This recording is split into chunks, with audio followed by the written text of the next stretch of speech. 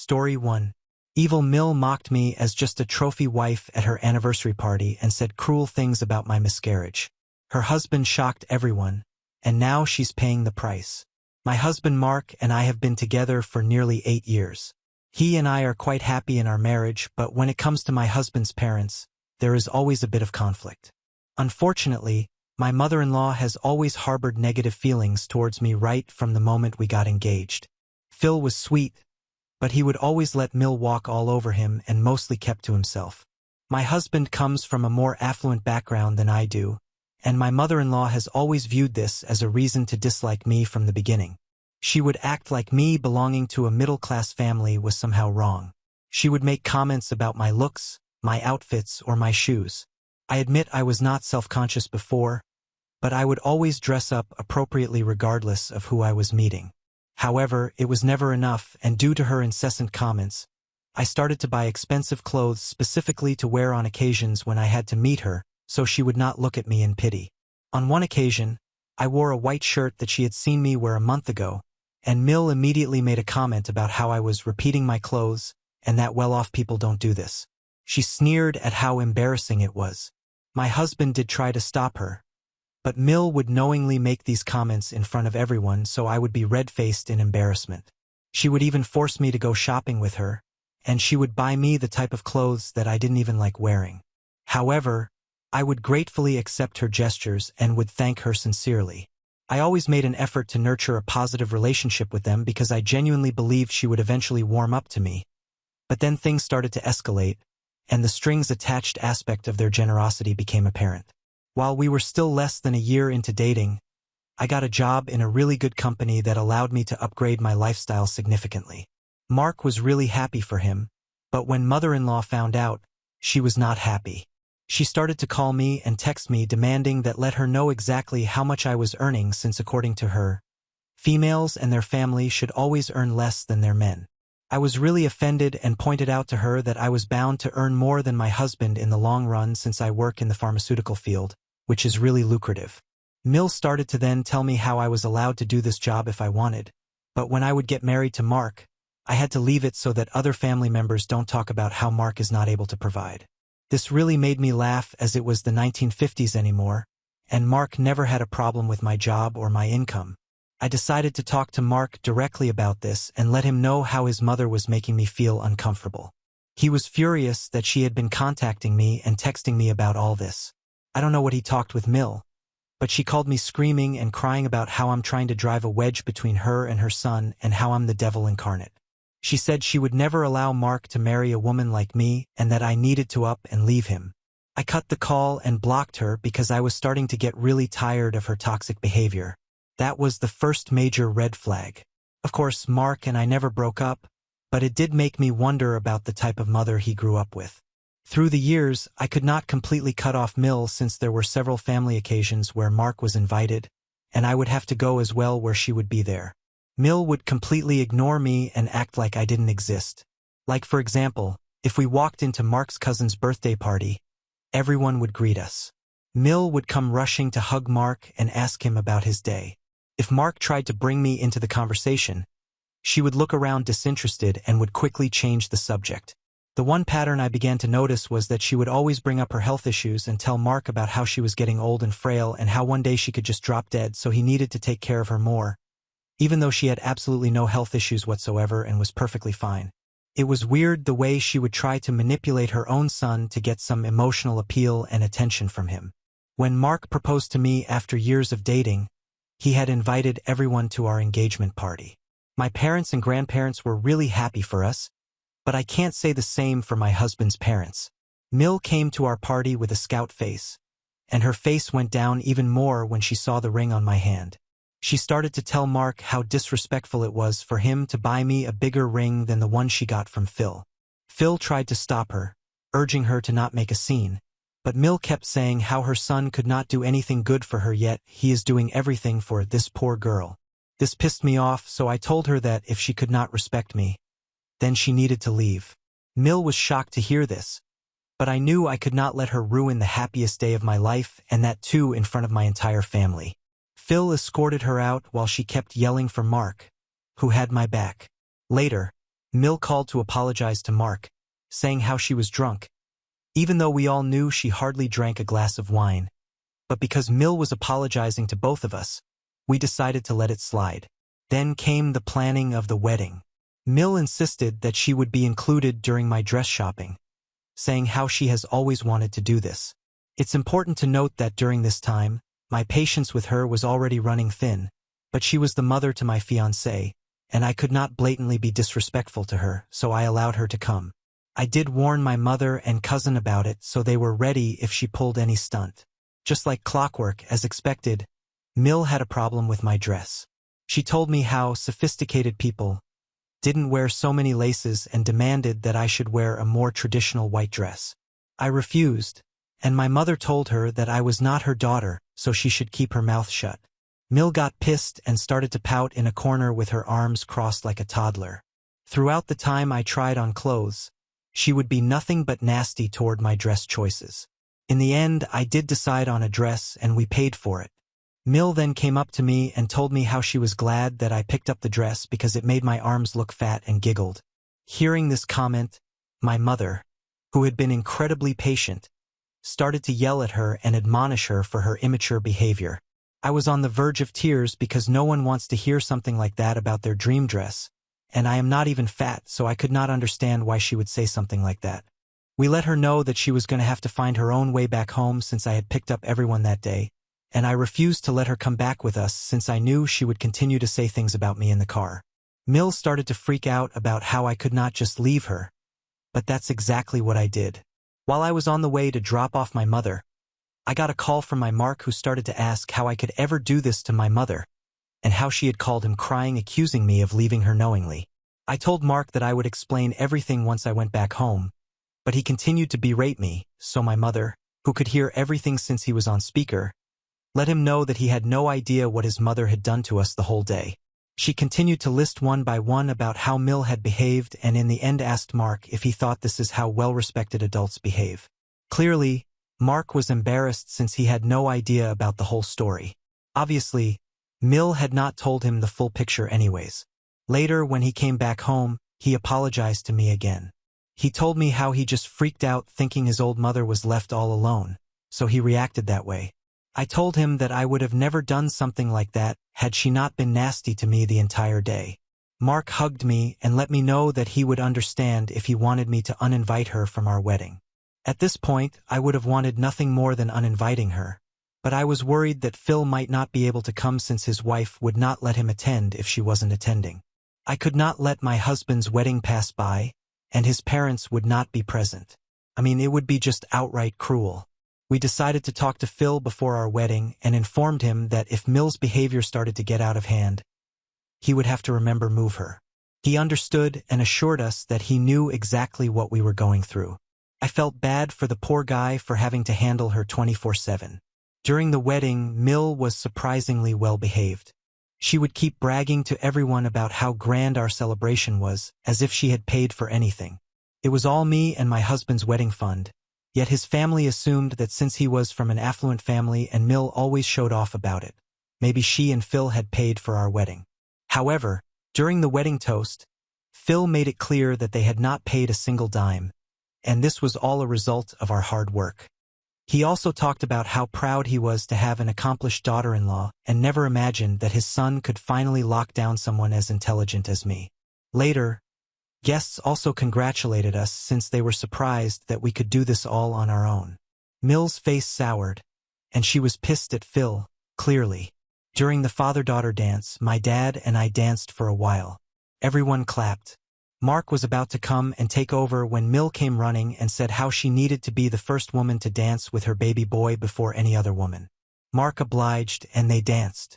Later during the wedding, Mill came up to me and congratulated me. I politely smiled when she told me out of nowhere, "I was wrong. I don't think your arms look that fat in this dress." Then she walked away as if it was nothing. It really pissed me off, but I didn't want her mean comments to ruin my beautiful day. Everyone had a good time, and we danced through the night and maybe drank too much. The next day when I woke up, I had several messages from Mill.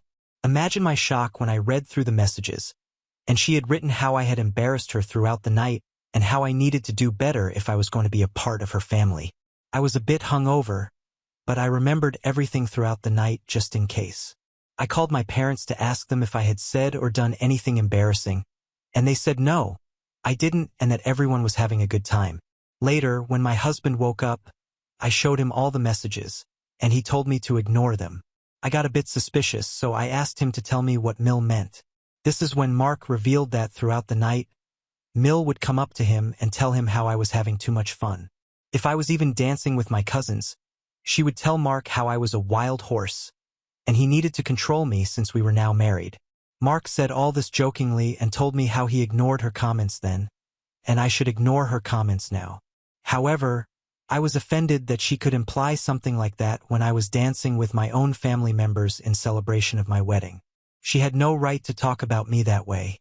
I wanted to confront her right then and there, but Mark and I were going for our honeymoon, so I put that on the back burner. Our honeymoon was great, and we had such a good time.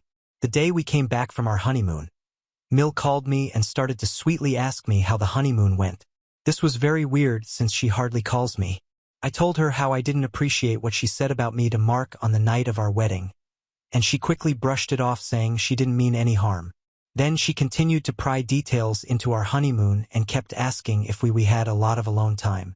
I asked her to be straight up with me since I didn't think our honeymoon was any of her business. But Mill started to say how she simply wanted to know if she was going to be a grandmother soon. I almost gagged when I heard that for two reasons. The first reason is I just got married, and it was not even a week. She expected me to become a breeding mule for her dream of becoming a grandmother. Secondly, both Mark and I never want kids. We had discussed this long before we got serious with each other, and our opinions had never changed. We did not want to raise kids, although we had nothing against children. Now, this is something we had never really outright told our parents because at the end of the day, it's our personal business. I kept my mouth shut as Mill kept saying how I needed to get pregnant as fast as I could as my biological clock was ticking, and this was my best baby-making years. I was cringing so hard hearing her talk this way. When she took it one step even further, she started to say how me and my husband should stop using condoms, which was an extremely inappropriate thing for her to say. I shut her down immediately and told her that I was done with this conversation. When I told Mark about this, he was furious. He immediately called her to give her a piece of his mind and truthfully confessed to her that we didn't want children. Mill reacted exactly like we knew she would.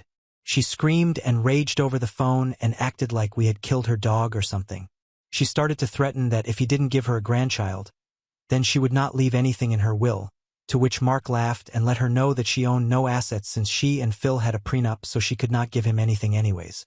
Mill then screamed at me that this was all my fault and that as a woman, my only job was to give a child to my husband, and I could not even do that. She started to throw words like faulty, which was really hurtful to hear. Mark asked her to stop, but she continued to throw insults at me and told us how we had destroyed her lifelong dream and that if we didn't want kids, then why the hell did we ever get married? Hearing this, Mark finally put his foot down. He told her that he was done and she needed to shut up. He let her know that she could not speak to me that way anymore and that since she had continued to disrespect me for all these years, he was done with her. Mill tried to backtrack, but he told her that he was going to cut her off from his life and that she was not welcome anymore to our place or in our lives. He warned her that if she ever showed up, we would directly call the police and embarrass her in front of our neighbors. We knew how much she cared about other people's opinions. Since then, we stayed true to our words and cut off all contact with her. Phil did try to intervene once, but after talking to Mark and hearing the full story, he supported our decision. Over the years, my parents and Phil have met several times, and we never invite Mill over. Thankfully, she has respected our rules and boundaries. In December of last year, we got pregnant accidentally. We were shocked since this was something that we didn't want, but we are in good places in our life, so we thought we would just go along with it. Everyone found out the news and called us to congratulate us. Mill sent a bouquet of flowers and a letter of apology to us. She had written how she had thought long and hard over her behavior and had changed after years of therapy. I didn't bother replying to her since I was still unsure about her so-called changed behavior. However, in just 2 months of my pregnancy, I suffered a miscarriage. It happened in the middle of the night, and I just froze when I saw all the blood. I woke up Mark crying, who immediately drove me to our nearest hospital. We were informed that we had lost the baby. It was heartbreaking because even though we didn't want to be pregnant, we still loved the little bugger and would have given our child everything that we could. I did not know how to process my grief, as this was an awful situation to be in. Mark and my parents stayed with me throughout all this. Phil and Mark's family called to check up on us and even dropped by to be there for us. My mom would stay at our place for days because she knew I didn't want to get out of bed. Everything inside me just hurt, and I would cry for hours on end. Mark was my rock, and I slowly started to feel better bit by bit. Last week, Phil invited us for his and Mill's 25th wedding anniversary. This was a big deal for the family, and everyone had been invited. Mark and I didn't want to go since we knew that topic of miscarriage would come up, and it would really affect us. We didn't want to have to explain to everyone again about the worst day of our lives.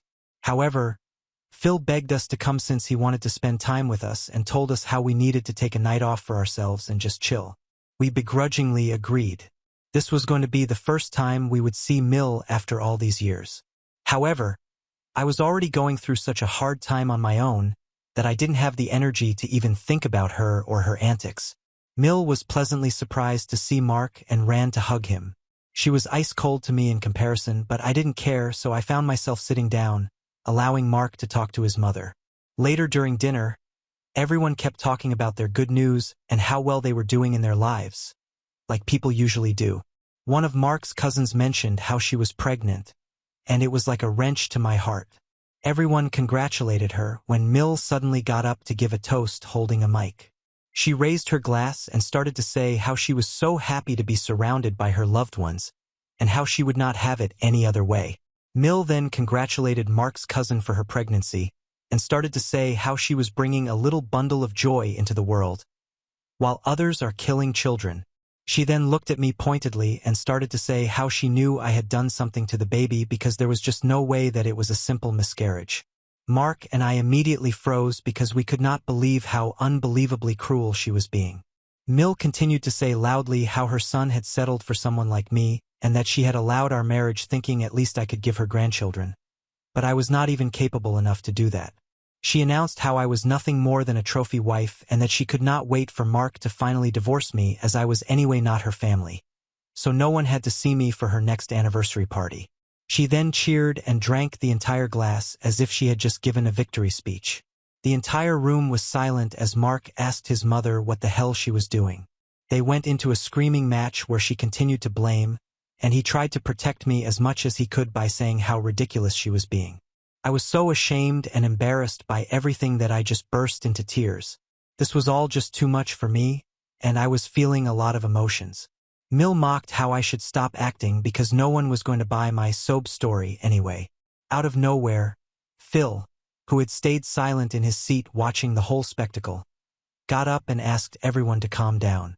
He said how he needed to say something important to get it off his chest. He took the mic and announced that he had suffered for the past 25 years and that tonight had finally opened his eyes to the fact that he was done with all this. He looked at Mill, who looked at him confusingly as he announced that there would be no wedding anniversary next year, as he did not want to remain married to her anymore. She looked like she had been hit on her face with a brick wall. Phil went on to announce that he had stayed married to a woman like her for all these years because he wanted my husband to have a good example and didn't want to break the family up. However, after watching Mill's antics over the years and how she continues to hurt people, he has come to realize that he is too old now to go through with this. Mill looked stunned as Phil asked the guests to please eat as much as they wanted, but that he was going to go out and have a drink. He took off his suit and tie as he walked out of the wedding. Mill started to yell at him to come back, but he ignored her. She then directed her anger at me, saying how I ruined everything no matter what. But Mark told her that this was all her fault and he was glad that his dad was finally leaving her. This must have really hurt Mill because she got quiet and told everyone she was leaving also. Some of the guests did come up to me and check on me since they were worried about me. Mark's cousin, who was pregnant, came and hugged me. Since the incident, Phil has been staying with us. He has refused to go back even though Mill keeps calling him hundreds of times. He has told us that he would be talking to a divorce lawyer. I feel really guilty because I somehow feel responsible for all of this. Am I at fault for Phil divorcing my husband's mother? Please give me honest opinions only. Update 1. I did not expect this post to blow up when I posted this. So many people have shared with me their own stories of toxic Mill, which is mind-boggling. I can't imagine why a parent would ever behave this way. Also, to clarify, please don't bash my husband. He has stood up to me whenever he could. It's not easy to have an overbearing, controlling, toxic parent. I was lucky enough to grow up with loving parents, but he was not. Clearly, he grew up thinking her behavior was normal and has done everything he could to protect me. Lastly, I would like to thank everyone who shared their own journeys with miscarriage. I am truly, truly sorry for everyone who has gone through this. I hate to admit it, but I feel so much guilt because it was my job to protect the baby, and I did everything I could, but I feel like I failed even though it was in no way my fault. Y'all are right, I need to go and talk to a therapist about it. I will also join various forums where other moms have gone through this tragedy so I can feel seen and understood. Update 2. Phil has served divorce papers to Mill finally. It's been 2 months since my last update, and Phil has been staying with us. He is a great house guest. I can see where my husband gets his humor from. Phil also loves to cook, so sometimes when I come back home from work, he already has food on the table. Em was really lucky to have him, and I don't know why she let herself lose a gem like him. When Phil and Mark went to serve her divorce paper, she refused to look at them.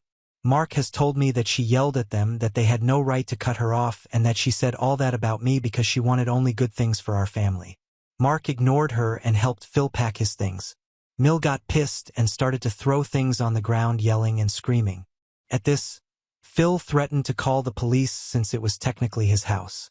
Hearing this, she shut up because she knew she had nowhere to go after the party. No one had reached out to her except to say how big of an a-hole she was. Everyone knew she had lied about me being a trophy wife because I earned really well, and they also understood my pain due to the miscarriage. Clearly, they had all laid it on to Mill and let her know that they didn't want to be around an unstable person like her. She had no family or friends left due to her own antics. She has tried to beg Phil, but he clearly doesn't want anything to do with her. My parents have talked to Mill after hearing what she did to me, and they would not hesitate to pursue legal actions against her for harassing me and defaming me publicly. My mom is not the silent type and told her exactly what she thought.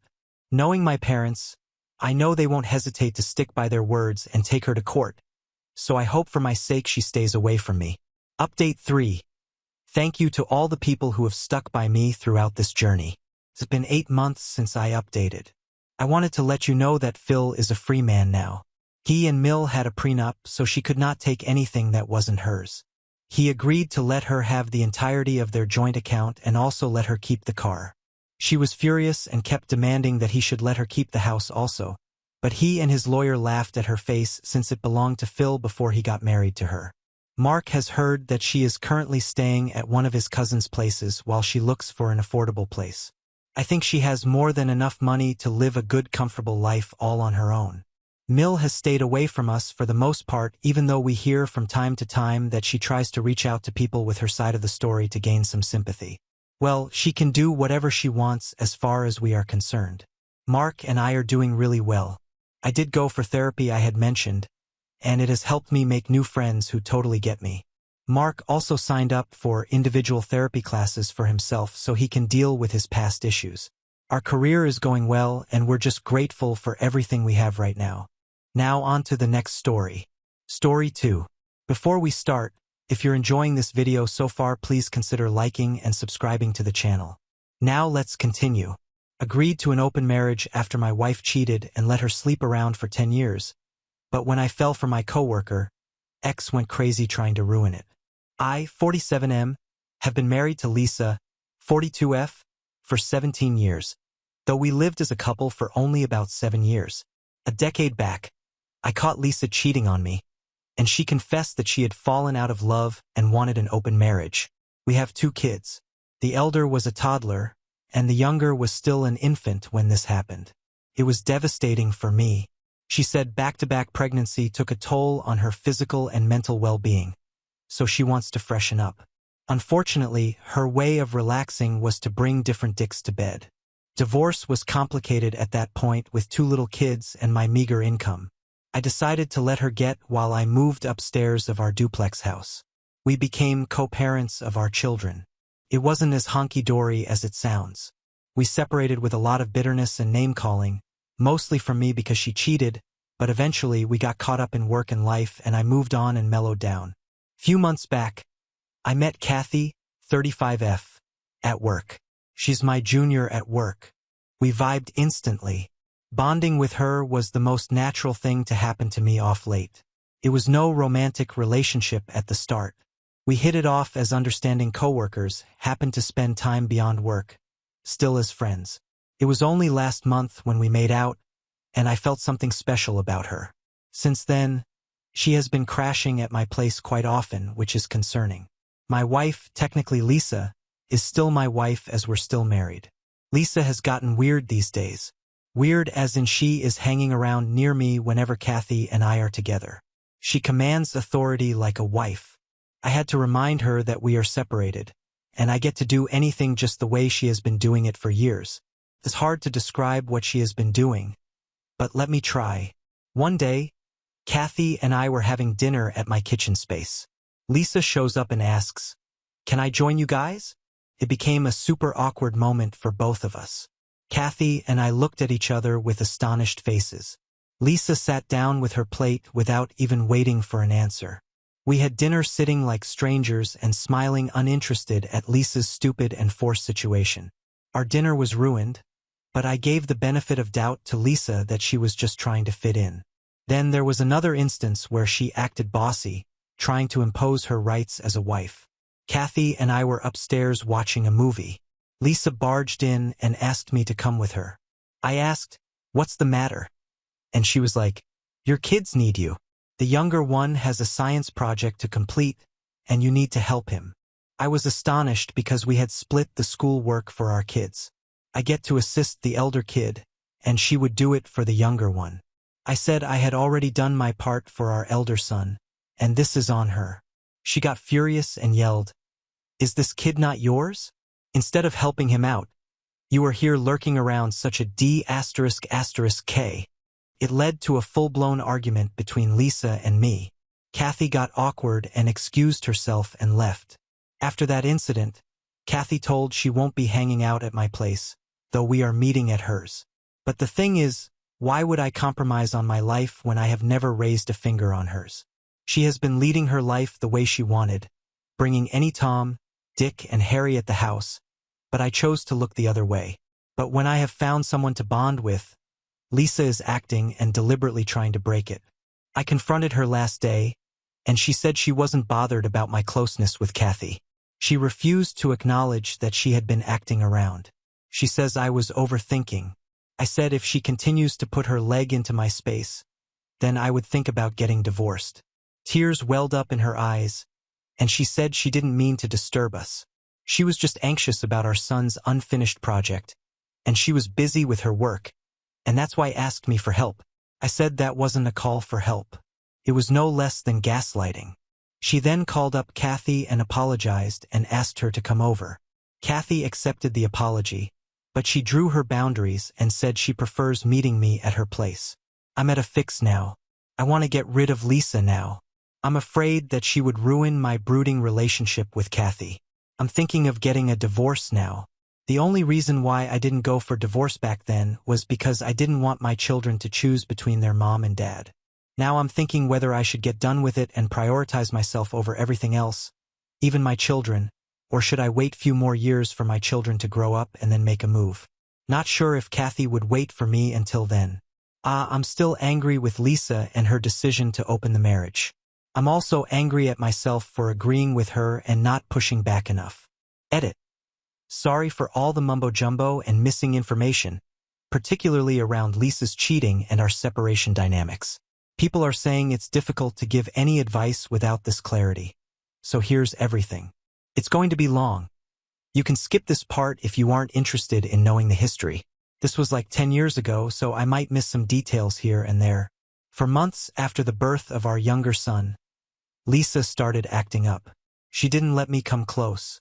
She said she didn't feel ready for sex. Pregnancy and breastfeeding have made her aversive to intimacy. I respected her decision, but she was also drifting apart emotionally. I suggested we seek couple therapy, but she shrugged off, saying it was just her postpartum thing and would recover eventually. It was almost a year when I lost patience and confronted her that we need to address the elephant in the room. She either goes to therapy with me or tells me the truth what's wrong.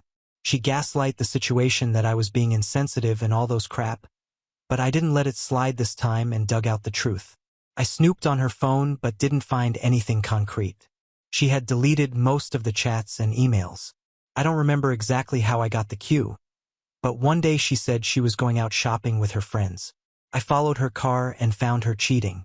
She was sleeping with a young college-goer back then. I barged into his house.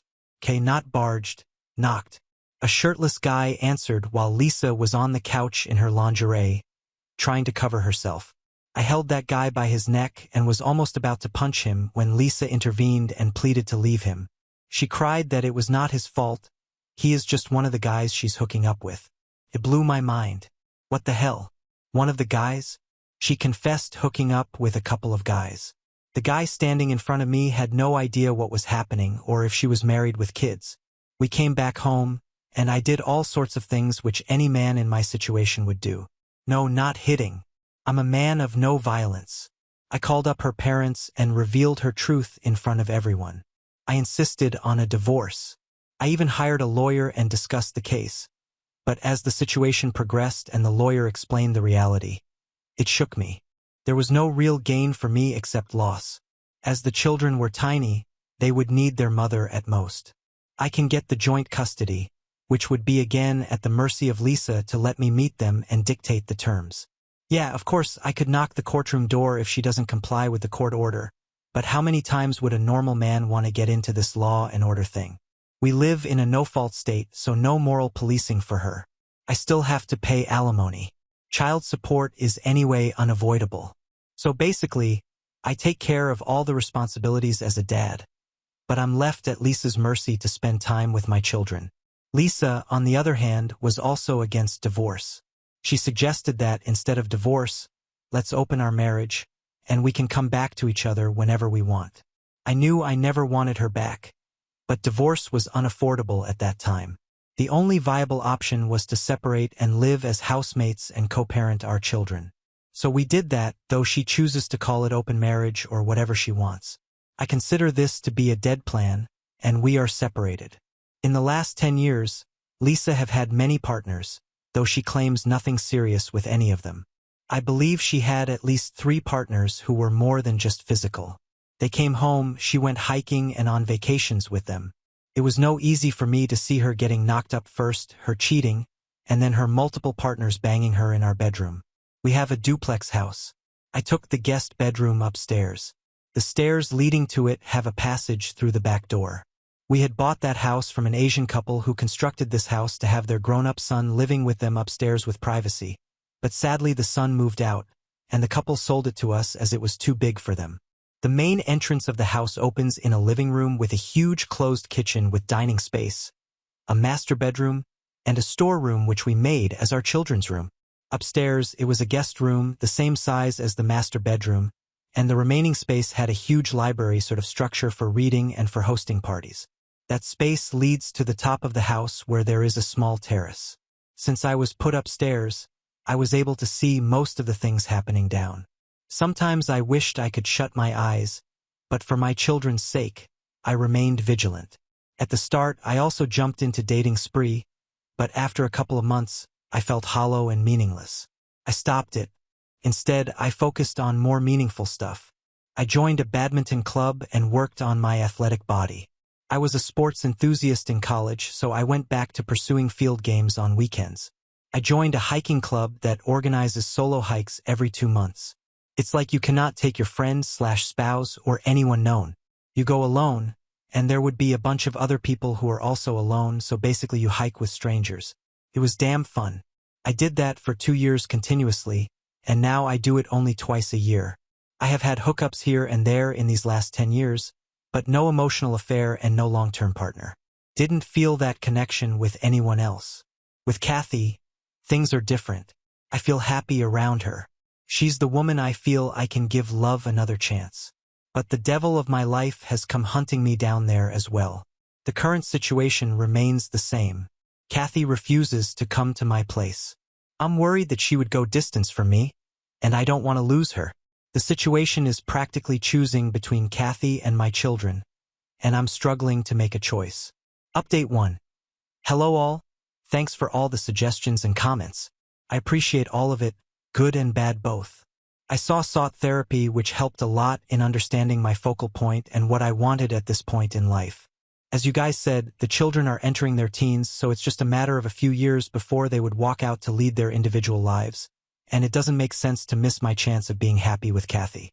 I had a transparent discussion with Kathy. I told her about my feelings. I told her I want to be with her, and if she feels likewise, I can work this out. She said she feels likewise but is reluctant because of my family dynamics. She just doesn't feel comfortable being around my legal wife. She's fine with the children around me.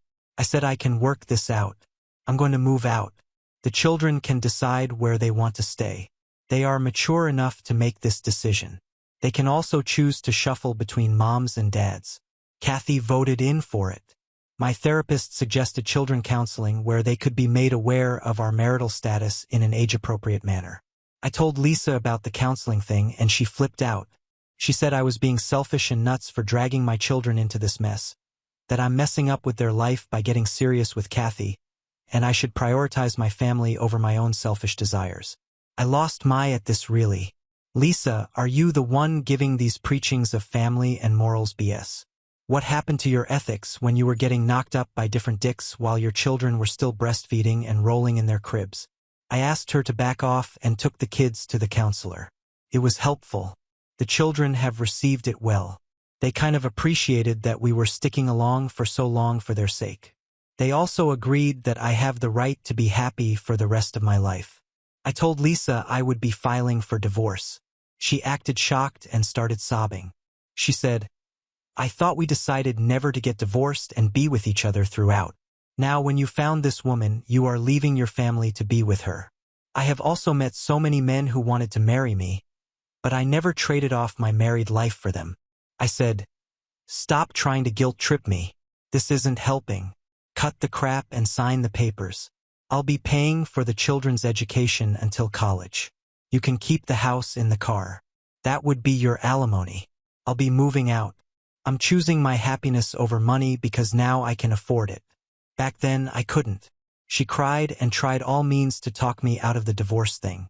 She said I can move out and live with Kathy and remain married. I said I love Kathy and don't want her to be called my mistress. I know no one would name-call her that way, but Lisa would. She can go any length to humiliate others. The papers should be in any day. I'm moving in with Kathy next month. I'm waiting for my children's annual exams to be over. I would be taking them for a trip and then I would move out. I would be relieved when all these get settled. Update 2. I tell you this woman is a real, as I mentioned in my last update. I was off for vacation with kids. This woman used this opportunity to pull off her evil plan. Lisa sobs her way to Kathy and asks her to back off. She told her that she's tearing apart our family and that our children would be suffering because of her.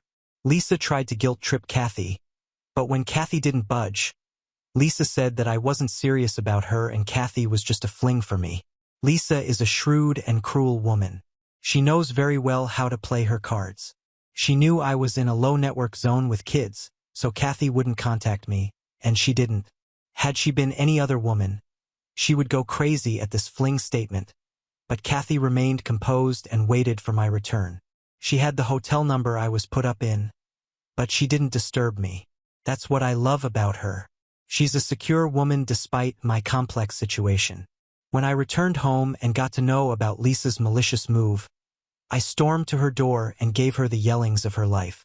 Should have done this earlier to get the out of her head. Her entitlement behavior has crossed all limits, and now no one is going to bear that. I have moved out of the house. My children have also decided to stay with me, but we don't have a spare room for them, so I'm looking out for a bigger house to accommodate my children. Until then, they are at their mom's. Lisa threw all kinds of tantrums when I was moving out, from guilt-tripping to yellings, from gaslighting to sobbing and pleading, asking for another chance to be given to our relationship. I said our relationship was over 10 years ago.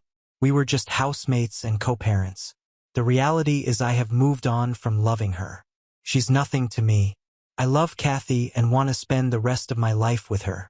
When the divorce papers reached Lisa, she tore it away. My lawyer had to send her a notice threatening to sue her for damaging a legal document. Only then did she mellow down and agree to sign it. The divorce proceedings are on. I haven't checked upon my STBX since then. I went to pick up my children twice but didn't enter the house. And yeah, a lot of you asked about my children's age. They are 11 and 13 now, quite mature to understand the divorce and separation. Update 3. So glad to announce that STBX is now my official ex-wife. The highlight of this update is the divorce is settled, and my children have moved in with me, but they would be visiting their mom every 2 weeks or whenever they want to. The last month had been hectic, renting a house and moving stuff. We had not told Lisa about children moving in with me until I rented a new house. The children and I all were aware that she would break 7 hells on us, so best to avoid or delay it as much as possible.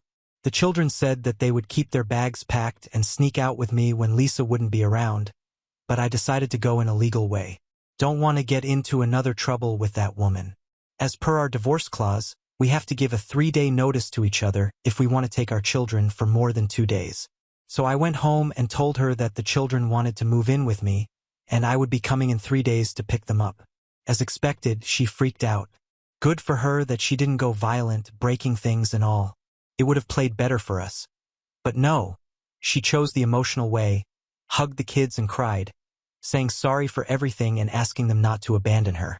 She tried her best to emotionally manipulate them to stay with her, and she was even successful in doing that with a younger one. He said that he wants to stay with Mama. Kathy had told me that situations like this could brew, and I should be prepared for their last-minute back out. So when he called, I said, "Cool, Dad loves you no matter what." But the elder son still stood solid to his decision to move out.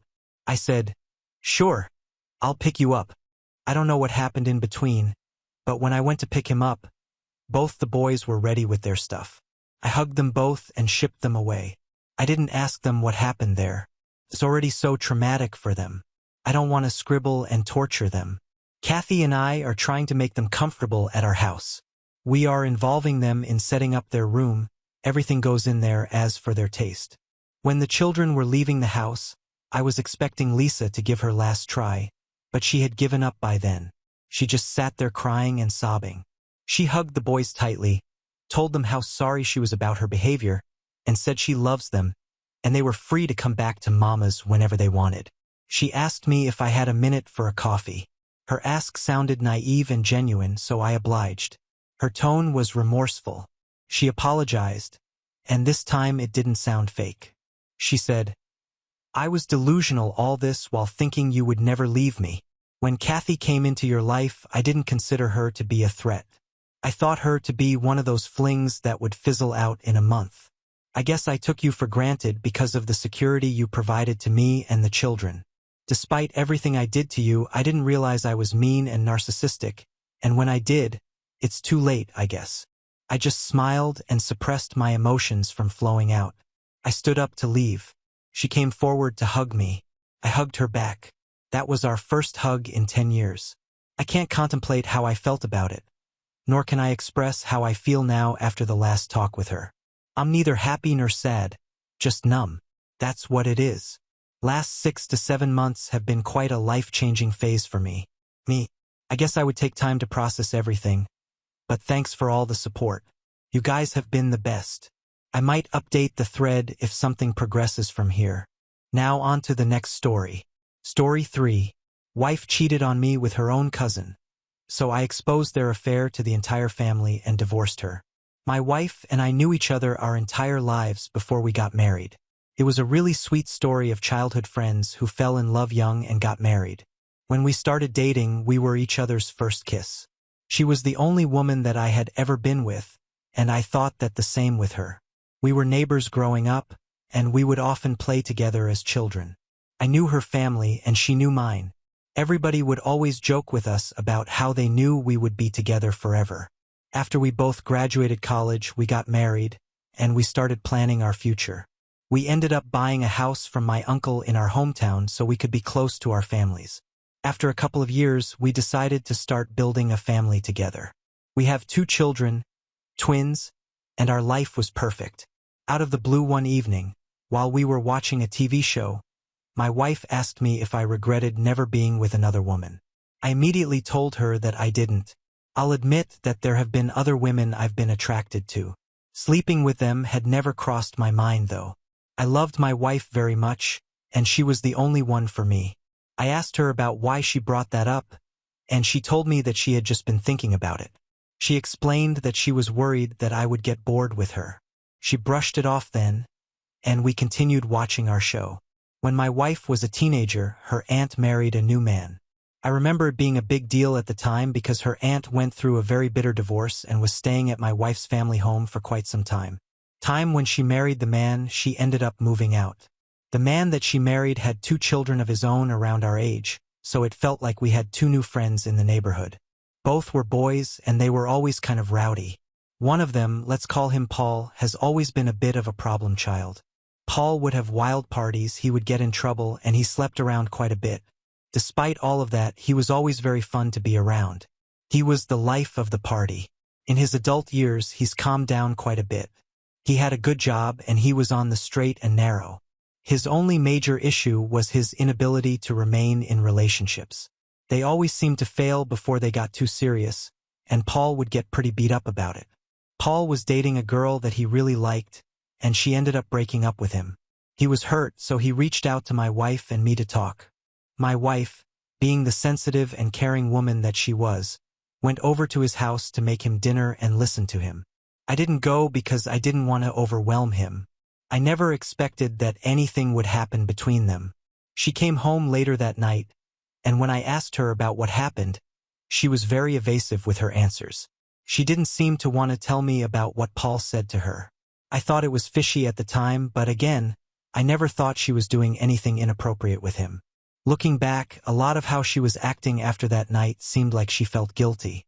She was being very generous to me with a lot of things. She kept cooking my favorite meals. She surprised me with small gifts, and she complimented me all the time. She was normally nice, but it was a little over the top. It felt almost like a child who broke something they shouldn't have been playing with trying to make up for it. About a week after the night she visited Paul, she went back. She told me she was going to bring some food just to make sure he was getting something healthy to eat. I offered to come along so I could check in on him, but my wife told me that it would be better if it was just her. Just assumed that it had something to do with him being in an emotional state. I stayed back and put the kids to bed while she went to visit Paul. She came back a few hours later and told me that they had a long talk about everything. She didn't give me any details about what he said. She started to visit Paul by herself a lot more frequently over the next few weeks. As I said before, Paul dated a lot of women and broke up with a lot of women. I had never seen him so distressed over a breakup before. The more time my wife was spending with him, the less it was making sense. She came home one night, and I asked her about what was really going on with Paul. I didn't think that she was sleeping with him, but I thought something else was happening. It was just also out of the ordinary. She stuck to her story about Paul being very emotional after the breakup. I offered to maybe go talk to him and give him some advice, but she told me that it probably wouldn't be much help. Regardless of what she said, I was worried about him. He was my family and my friend, and I wanted him to be okay. Over my lunch break at work the following day, I stopped by his house to check on him. At the time this was happening, my wife wasn't working. She was a stay-at-home mom, and the kids were in school, so she had all day to do whatever she wanted to do. Her car was in the driveway when I arrived. She didn't tell me she was going to visit Paul that afternoon, so I was a little surprised. I approached the door ready to ring the bell and pop in to see what was going on. Before I even touched it, I could hear noises right on the other side of the door. It sounded like they were having sex, and my wife was being pinned up against the door. I was frozen in place. That was absolutely the last thing I expected to see. Couldn't even believe it. I don't know why I did it, but I ended up calling my wife on the other side of the door. I heard her phone go off, and I heard them both freeze for a moment while she looked at it and rejected the call. I heard some muffled conversation as Paul asked her if she was okay. My wife told him that it was just a little weird that I was calling in the middle of the day and that worried her. Paul made a joke about having something that could make her forget all about that. They started kissing again, and they walked off somewhere else in the house. I stood outside for a few minutes contemplating what I wanted to do. I just caught my wife having sex with Paul. Paul was her cousin, not related by blood, but he was still very much a part of the family. It took me a few minutes before I put everything together. I knew right away that it was over between her and me. Our entire relationship, all of the years we knew each other, was going to be flushed down the toilet. I was going to divorce her, and I was going to get proof of what happened before doing so.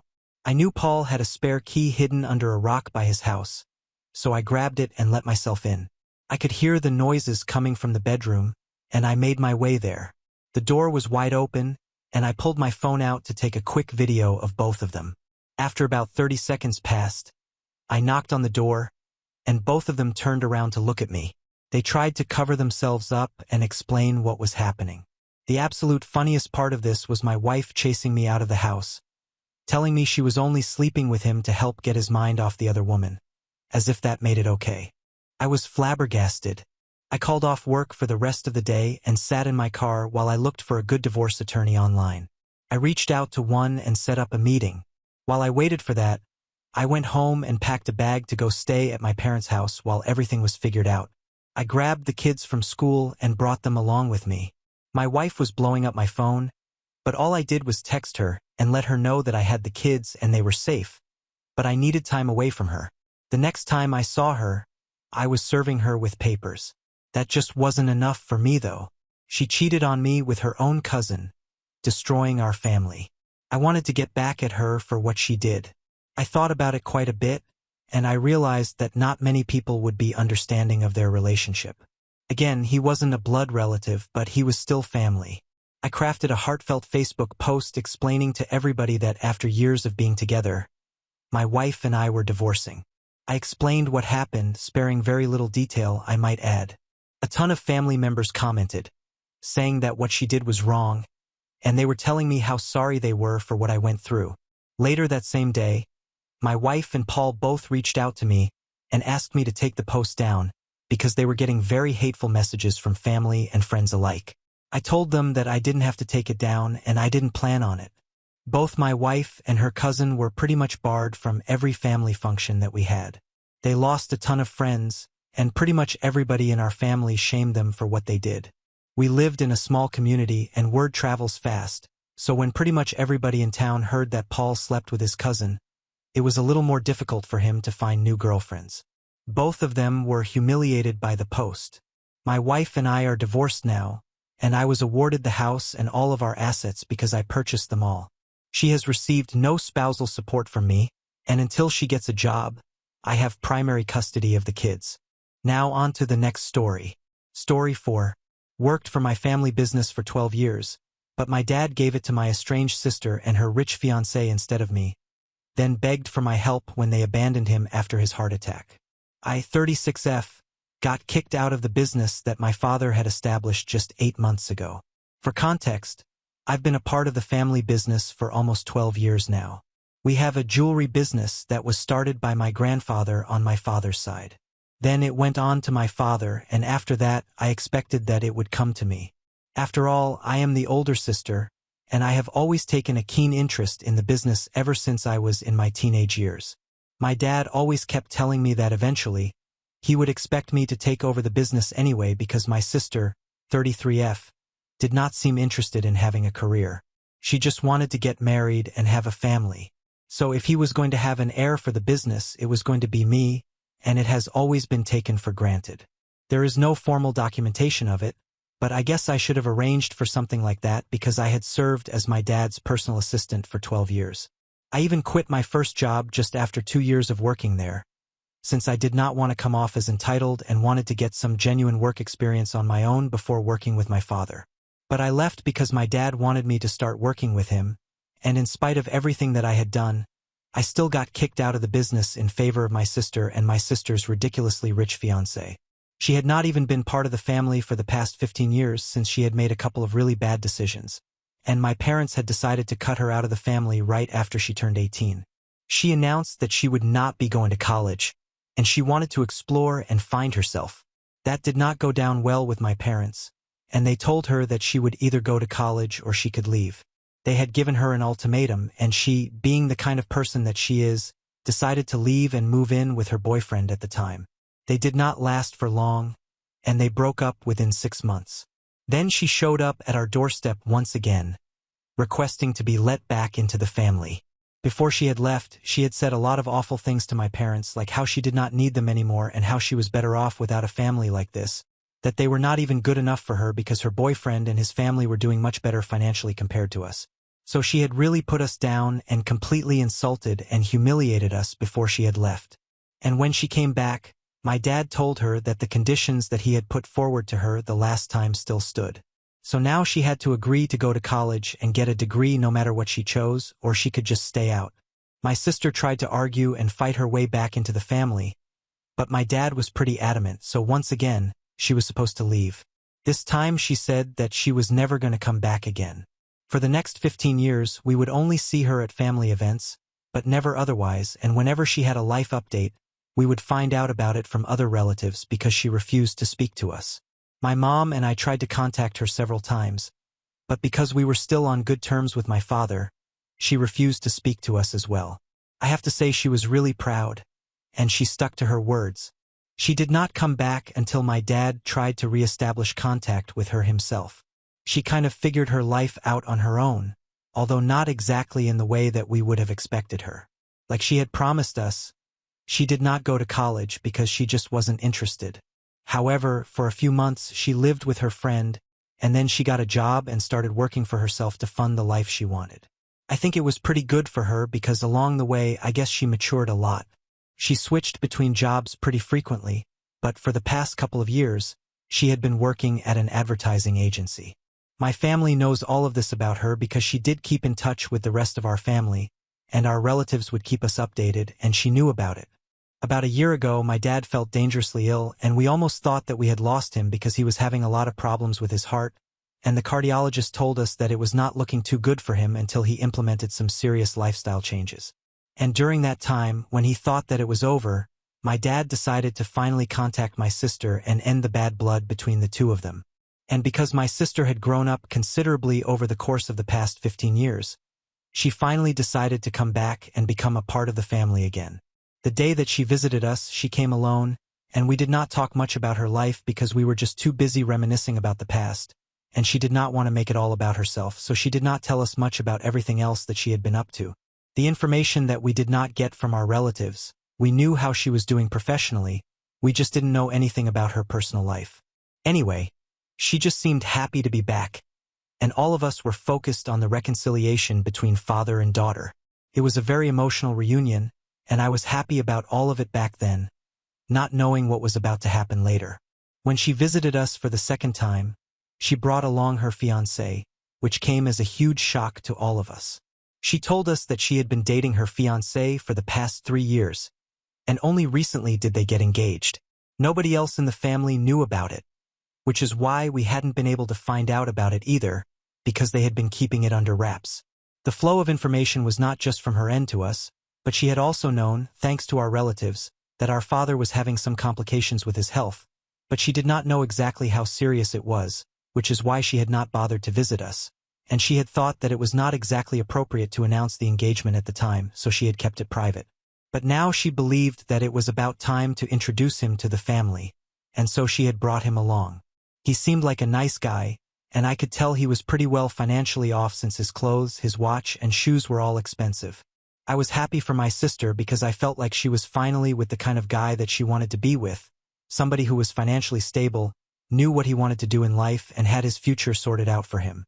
After talking to both of them, we got to know that her fiancé, just like her first boyfriend, was also the son of a pretty wealthy man who ran his own chain of fast food restaurants.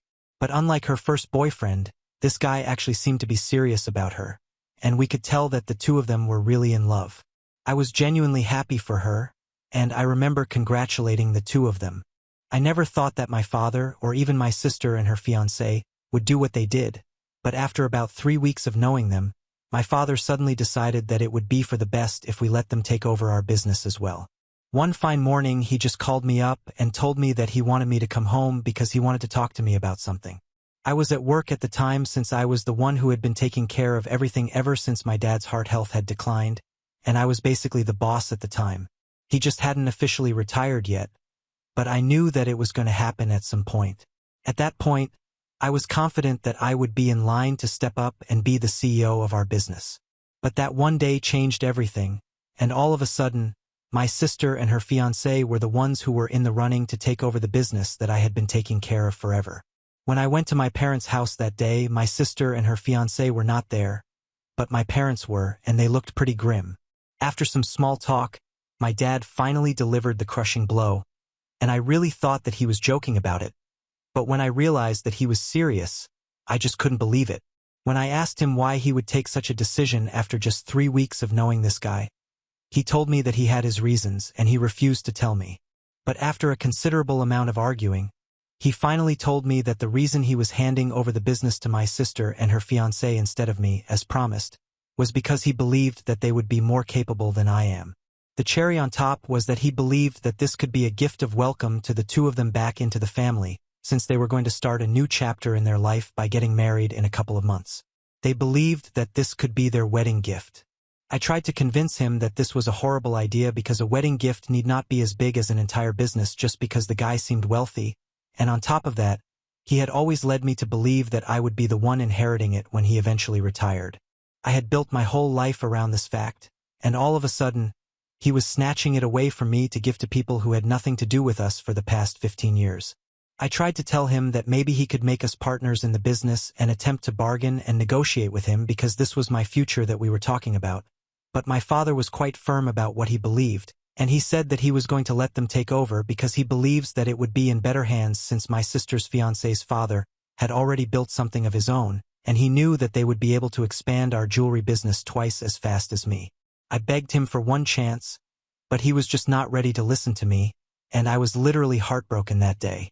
I wasn't upset just because I was losing out on something so big, but mostly because I had devoted 12 years of my life to this only to get nothing in return.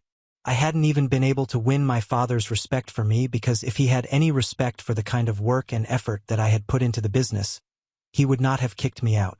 That was the day that I decided to cut all ties with my family because I just had nothing left to say to them. I had expected my sister to at least fight for me, but I was let down by her as well because they gladly accepted their so-called wedding gift, which was my life's work. My sister had always known that I wanted to take over our family business once my dad retired. I had literally been talking about it non-stop ever since I was 13. In all my life, I looked forward to it, so it wasn't as if she had not known that when she was accepting the wedding gift.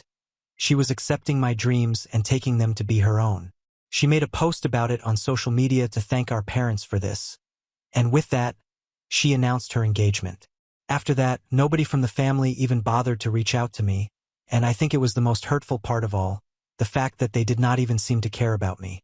The day that I had left my father's house, they stopped speaking to me, and I felt like I had been used, and 12 years of my life had gone to absolute waste. I was just thankful that I had enough savings to fall back on, and for a couple of months, I could afford to not do anything and just try to put my life back together again because I felt like everything had fallen apart. That was 8 months ago, and after that, I started therapy because I could tell that I was spiraling into a depression that needed to be addressed immediately, or else I don't know what I would have done. And I would feel really sick looking at all the posts that my sister would share, so I had to block her. I also had to tell my relatives that I was not in touch with them anymore, and I did not want to hear anything about them. I literally requested them to not tell me anything that my family was up to, no matter how big it seemed, because I don't think I wanted to know anything about it, and they respected it and kept everything secret for me. So I had no idea that for the past couple of months, my dad's health had been steadily deteriorating, and my sister and her fiancé couldn't care less about any of that. It was not until 1 week ago that I found out about all of that when I received a call from my dad, and he told me that he was in the hospital because he had suffered a cardiac arrest in the middle of the night, and he wanted me to come to see him in the hospital. I had blocked his phone number, so he had to use somebody else's phone to call me, and honestly, I felt super guilty about it, but then I remembered what he had done to me 8 months ago, and I kind of felt less guilty. Anyway, once he had called me and told me that he was suffering, I told him that I would be right there to see him, and so I left everything and I went over to the hospital to check him out. My mother and my dad were there, but to my surprise, neither my sister nor her fiancé were anywhere to be found.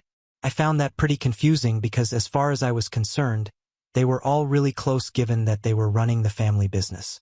I couldn't help myself, and I ended up asking them about the whereabouts of my sister and her fiancé as soon as I walked into the hospital room, and my father told me with great disappointment that my sister was apparently too busy to come see him, and so was her fiancé.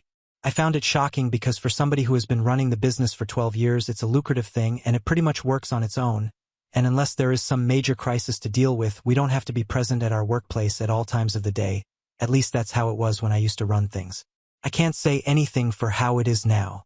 Anyway, when my dad told me that they were too busy to come see him, I asked him if they had been down there to the hospital to see him at all ever since he had his heart attack, and he told me that they hadn't.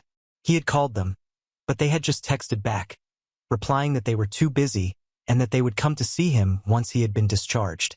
These details were really shocking to me, and I guess my dad realized that he had made a grave mistake by handing over the reins of the business to my sister and her fiancé. So he told me that that was actually one of the main reasons that he had called me, to apologize for what he had done. He told me that he was really guilty and regretful that he had kicked me out of the business in spite of all my hard work and effort, but now he wanted to make things right with me and invite me back into the family and business. He told me what had happened, my sister and her fiancé not showing up at the hospital for him. He had realized that they did not care about him the way he had hoped. He also told me that this is not even the first time that they have refused to show up for him, and in the past couple of months they have been sort of disconnected. He told me that after he had handed over the business to the two of them, they had started visiting him less and less, whereas earlier they would be visiting him every other day to check up on him and how he was doing when his health initially started deteriorating. They did not bother to come visit him and always said that they were too busy at work, which is not something he believes because both he and I knew that nobody was so busy that they couldn't take out an hour from their day, and especially them given the fact that they lived just a couple of blocks away from my parents' house. Anyway, he never said anything about it, but now they had crossed a line, and my dad couldn't take this sort of disrespect anymore. So he wanted to take his company back and give it to the person who actually deserved it. We had a discussion about all of this in the hospital room, and then he invited me to join the business back again, and I was overjoyed. He apologized to me for everything, and even though I'm still not completely over it, I did forgive him at that time because to me, nothing was more important than getting back what I deserved, and if for that I had to forgive my father, I was ready to do it. But the problem now is that he has had this conversation with my sister as well, and he has told her that he wants her to step away because he has finally realized that even though he has always cared about his daughter, she has never been there for him and he cannot tolerate this sort of disrespect anymore. So he was asking for his company back and was giving it to the person who actually deserved it, and they could look out for themselves. Unsurprisingly, my sister is upset, and for some reason, she thinks that I am the one to blame for this. She called me up this morning and really went off on me, telling me that I am a horrible human being and that she can't even believe that I'm doing something so cruel to her. I don't even understand why she's being so crazy about it. I feel like there is something that we don't know. But anyway, she's acting like she has lost everything, and it's all because of me. But truth be told, I think it's her own fault that she did not visit our dad in the hospital. I mean, a cardiac arrest is a big deal, and she could have taken time off of work to go see him. She was the one who had been selfish, and now I was getting what I actually deserved in the beginning, and 8 months ago she had absolutely no problem accepting a gift that she knew she did not deserve, so why should I turn my back on something that I actually do deserve? Anyway, she is pretty torn up about it, and I tried to console her, but she just hung up on me in the middle of my sentence, and now I'm wondering if I'm the bad guy because clearly every time something happens, I have to take the fall for it, and I just feel really tired of this. Aita for allowing my father to ask my sister and her fiancé to step out of the family business so I can get it. Update 1. Thank you guys so much for the response to my post. I kind of knew that I did not deserve the flack that I was getting from my sister, but hearing it from you guys just made me believe it even more. If even strangers who know nothing about our lives think that I deserve the business, then I have nothing more to say in my defense, and I don't even think that I need to. It has been a couple of days since my last conversation with my sister, and so far I have not heard back from her yet. She hasn't blocked me anywhere, so that's a good sign. But I just have this feeling that there is more to this than what she is telling us, because I don't think that anybody who had a rich fiancé would act that way on losing out on our business. I can't say for sure, but I have a theory that maybe all is not what it seems to be with her fiancé. Some of you had asked me about this in the comments section of the original post, but I did not say anything about it because I did not think that was relevant at the time. But now I don't think that her fiancé and his family are doing well financially right now, because from what I have heard, his dad's company is facing loss after loss, and they have been unable to recover for the past year or so. And I think that this was their way of sneaking into our family business and then taking over eventually. I haven't been able to figure out why exactly my sister would behave the way that she did when she got to know that I was being asked to rejoin the family business and she was being asked to step out. If she has a rich fiancé who has her own company, she has nothing to worry about, and yet she was devastated. Something just did not add up, and I think she's going to come around and tell us about it pretty soon. Anyway, we are just lucky that my father did not sign any documents or contracts and did not officially hand over the business to my sister and her fiancé, because that would have caused a lot of trouble for us. He was still the CEO. They were just working under him in the position that I had previously. He was training them to take over eventually, but now I don't think that's going to happen. I have spoken to my father, and he told me that my sister is very upset, but he can't afford to care about that right now. His only priority is to just sign over everything to me, and then I can handle it all, so that's what he's going to do. He's already speaking to a lawyer and having the papers drawn up so I can take over as soon as possible and it can be made formal and official. I'm really just very excited, and I don't even think that my sister's dramatic outbursts can put a damper on this for me right now. Update 2. Hi. So it's been a couple of weeks since my post here, and I just wanted to tell you guys that I am officially the new CEO of my dad's jewelry business. The handover is complete now, and I am officially one in charge, which feels so good to say. I knew that this day was going to come, but there were a couple of delays in the process because of my sister coming to her senses. She is absolutely not happy about any of this, and I guess I can finally say it now, my theory about it was true. She and her fiancé were actually very cleverly trying to sneak their way into our family business and take over so that they would have something to fall back on when her fiancé's father finally let go of his company. It was my sister who had planted the idea of welcoming them back into the family by handing over the business to his future son-in-law in my father's head, and he had unfortunately fallen for it. I only discovered all of this recently after reconnecting with my father, and he told me that he was not thinking straight. He was being greedy because he had believed that for some reason, a man from such an established business family would be better at handling everything than I would be. He had originally intended on retaining me in the position that I'd been working in so far, but when I told him that I was not interested in the business if I did not get to be the head of the company, he lost his temper, and that led to these 8 months of absolute misery for both of us. Thankfully, he came back to his senses in the nick of time, and we were able to avoid a huge disaster because right now, the credibility of my sister's fiancé and his father in the market is absolutely zero. I'd been hearing from people about rumors of his father's business being on the verge of getting shut down, but I hadn't believed it because I was sure that my dad would reach out to me if something like this was about to happen, and my father had thought I would reach out to him if something of this magnitude was going to happen, and so neither of us reached out to each other, which was pretty foolish of us. But anyway, now my sister herself has confessed what she was trying to do and kept her ego aside to speak to me. She reached out to me a couple of days ago just before it was finalized that I would become the CEO, and she told me that she and her fiancé desperately needed jobs because they were not sure of how many more days his dad would be able to stick it out. So now she was asking me for help, and I told her that I would think about it.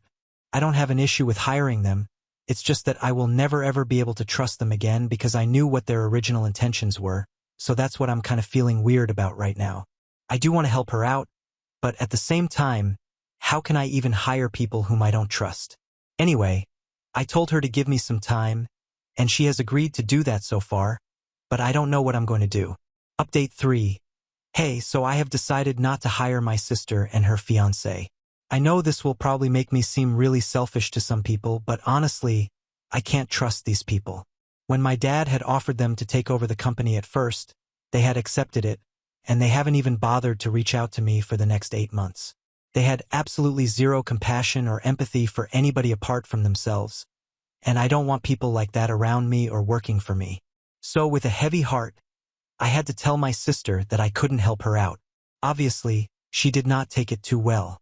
She showed up in my office the other day and threw a tantrum, accusing me of being heartless and selfish, and she told me that she regretted ever even letting me have the company back. I thought that was weird because she did not have any part to play in that. It was my father's decision because he was the head, and whatever he said, it was not my decision when and right now it is not her decision, so for her to act as if she did a huge favor to me was just ridiculous. I would have tolerated all of that, but that statement just really annoyed me, so I told her that she did not do me any favors, not now, and even previously she did not seem to care about me, so it's pretty stupid of her to expect me to do the same for her. I asked her politely, but she refused and kept screaming at me. She was totally undermining me. So I decided to call the police and have her escorted out because I couldn't deal with this level of drama. I'm already pretty busy with work, and I just don't need this right now. But then, once the cop showed up, she did not have much to say and just left. It has been a few days since then, and we haven't heard back from her, so I am assuming that she should leave us alone, and even if she doesn't, I don't care because I'll get a restraining order against her. Now on to the next story. Story 5. Wife completely changed after befriending another woman and pressured me to do more things later on. She cheats and does more unthinkable things. My wife is usually an angel of a woman but has recently gotten into a friendship with a woman whom I personally believe is a bad influence on her. Not in a patronizing way, more of a lay down with dogs get up with fleas type of situation. I never said anything about her childishness or her very radical manners because frankly it doesn't affect me until it did a few months ago. My wife began pressuring me to do more around the house before I get an instant UDA. We already split chores and childcare. Admittedly she had a bigger cut than I because she is a song, but I do most of the cooking breakfasts and dinners. Lunch is her responsibility for her and the boys. I take out the garbage and I do laundry and I deep clean the bathrooms once a week. I do also help with our boys' homework and such. She insists that I am not doing enough and that I should be doing more around the house. I tried having discussions with her, asking what she expected from me, namely all chores and child-rearing should be my duty it seems, and for months it seemed to be going nowhere. She used the D word more than once when speaking on this, which felt manipulative. It boiled over when we were out with friends one night and she began talking about how I never helped out and how I use her as a house slave, her words. I will admit I saw red. This next part is where I may be I didn't say anything that night, but the next day. I asked my boss to be given reduced hours for the next little bit due to stress and I took over everything in the house. I cooked breakfast and made lunch for the boys before I drove them to school. I cleaned the house top to bottom. I did every dish we had twice and so on. My wife was blindingly happy and bragged to her friend that she finally had me worn in. She didn't lift a finger for around a month. Then she began asking why we never went on dates anymore and complaining that she wanted to get her nails done as they were growing in. I explained that I had to take that out of our budget so we could continue to afford everything else, but we could absolutely have a movie night in and I could paint her nails for her. She was unhappy with that solution, so I asked her if she would want to get a part-time job to pay for either luxuries. You would have thought I asked if she wanted to join a cult. She then asked if I could just pick up more shifts at work to cover her other expenses and use the phrase be a man, which I found more than a little insulting. I then asked her if she would be willing to go back to splitting the chores and such, which is when she began to catch on that the two were related. She yelled at me that I was being a manipulative for doing this and even claimed it was financial award.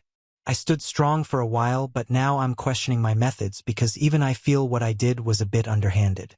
Now for some relevant comments. Why are you still with her when she treats you like that? I love her with everything I got. She's an excellent mother and honestly before she met this friend we were both blissfully happy to the best of my knowledge. How did she suddenly notice that she wasn't getting her nails done or going out on dates? Did you block the credit card from everything but the grocery store? No, for one she has her own card though we do only have one bank account. I set her nail and hair appointments because she hates making phone calls and she asked why I didn't take her out anymore. She could have spent from the card without saying anything I suppose, but upon budgeting we would have been in trouble if 300 plus was gone from a night out with friends. More about his wife and their relationship. She had always wanted to be AS before we got together. I try not to say this part because while her two boys are not mine biologically, they are my sons. But being a single mother was incredibly taxing for her because working in the public was too much. I had a bit of experience with being a single father myself, I have a son of my own, but I was looking to advance my career and was more than happy to take over the bills for a lesson load at home. You're paying to raise another man's children? I do not like this comment. Those are my kids. No one else's, and regardless of what happens with their mother ever, I hope those boys know that. More about how things have changed. Oh God, I can tell you, but it may be a bit mundane. When we first got married, she would give me shoulder and back massages every day after work and have my favorite music playing when I opened the door, even though she hates bluegrass. She would make my coffee while I was getting dressed. She made sure to pick up extra crunchy peanut butter from the store, even though I'm the only person who likes it. We would have movie night twice a week with the kids and a date night to ourselves once a week. I have always had trouble sleeping and I don't want to take pills for it, so she always had the bed ready for me. A heating pad already turned on and my pajamas on the bed. She would run her fingers through my hair until I fell asleep and would wake me up herself instead of the alarm because she knew it put me in a better mood. None of which I asked for. She's a good wife and wanted to because she knew that that's what I liked and she did it. She hasn't done a 180, some of this is still true, at least it was until I cut down my hours. That was really when she stopped doing anything at all, and right now she's pissed, so I'm on the couch awake and regretful. Personally, I think she's stubborn. I don't think she even really wants it, she just wants to prove that I would do it if she asks. She has a troubled history with men, and that's why I tend to be forgiving when things do happen. Troubled history with men? It's not something I'm comfortable talking about, but believe me when I say what happened was not her fault. Oop is voted NTA. Update 1. April 26, 2023, 6 days later. I have never been in a situation like this. I am a former addict myself, but I didn't have children then. See my last post for more clarification. Editor's note. I tried several different engines and search tactics but couldn't find any other last post besides the ID one, but the gist of it is that my wife and I recently had a blowout argument where she admitted to using 2 substances for several months and has agreed to get checked into rehab, which we are currently setting up now. How the hell do I bring this up to them without them being judgmental or hateful to their mother, or worse, falling into the same mental space I am in? I don't want to lie to them, which is what my wife wants, but I am failing to see an alternative that won't destroy them or the respect they have for their mother. I am swimming blind here, and I have barely slept since this all came out. Any and all advice is appreciated. Thank you in advance. Now for some comments. I think it depends. What was she taking? Clonupin and Adex that she was buying from her friend. She also admitted to having tried coke and several other prescription narcotics, but those were the only 2 she did often. Was this the friend that turned her on to radical misandry? Yes, though it's come to light that it wasn't misandry she was being taught but flagrant drug usage. I have told her that she goes no contact with this friend or else she will be facing divorce along with everything else. How old are the kids? 9, 12, and 14. Update 2. April 30th, 2023, 10 days from OG post. See my profile for details, but I was driving my wife to the rehabilitation center we decided on. On the way she was screaming at me about how she can't believe I'm humiliating her like this, explaining what was happening to the boys and making her message her dealer friend that they would not be hanging out or using together anymore, about how she doesn't want to go and that I am a controlling monster, and how threatening her with divorce and taking primary custody of the boys was too far and I was insane, and I just took it and took it and took it until I just couldn't, and I screamed at her. I screamed that the woman I met would have rather died than had a pillhead junkie around her sons, and how she disgusted me, and that I don't know if she knew how much I was considering leaving her. Not because of the addiction, but the way she was acting like she hadn't brought drugs into our home around me, a former addict myself, and around our boys. That I am beginning to hate her for doing that she was becoming exactly what she always cried about her mother being, and that she was lucky I was here to see it before what happened to her goddamn sons. It makes me sick to say, but watching it sink and just how far she had spiraled felt good. Watching her realize that her actions have consequences was nice. She yelled a few more times that I was an abusive or whatever, but she was still crying, so I felt her heart wasn't in it. I plan on speaking to a lawyer. I don't want to divorce her, but I don't know how healthy our relationship could possibly be after this. I know yelling like that was wrong, but I don't feel bad, and that is the part that makes me think that maybe I shouldn't be married to her anymore for her sake and my own. I don't know what else to do, and I'm so pissed that she detonated C4 in every bit of our life. Now for some comments. I believe I'm going to have to divorce her, and it's wrecking me. I don't want to. I still love her, but I don't know if I trust myself around her and also not to use myself. I've been closer to relapsing this week than I ever have been. Update 3. May 12, 2023, 12 days from last post. 3 weeks from first post. Before you read, please know this is event post. I normally would never be like this, but I am beyond okay and need to get this poison out of my head before I go anywhere else with it. She was cheating. The drug-dealing friend sent me videos of her dancing and grinding on this ugly hick-looking bastard.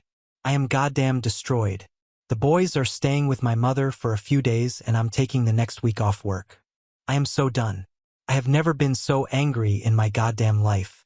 She was so goddamn smug sending it in case you don't realize you're replaceable to her. Well, the free ride stops here. I hope she can get on Medicaid for her Suboxone LMFAO.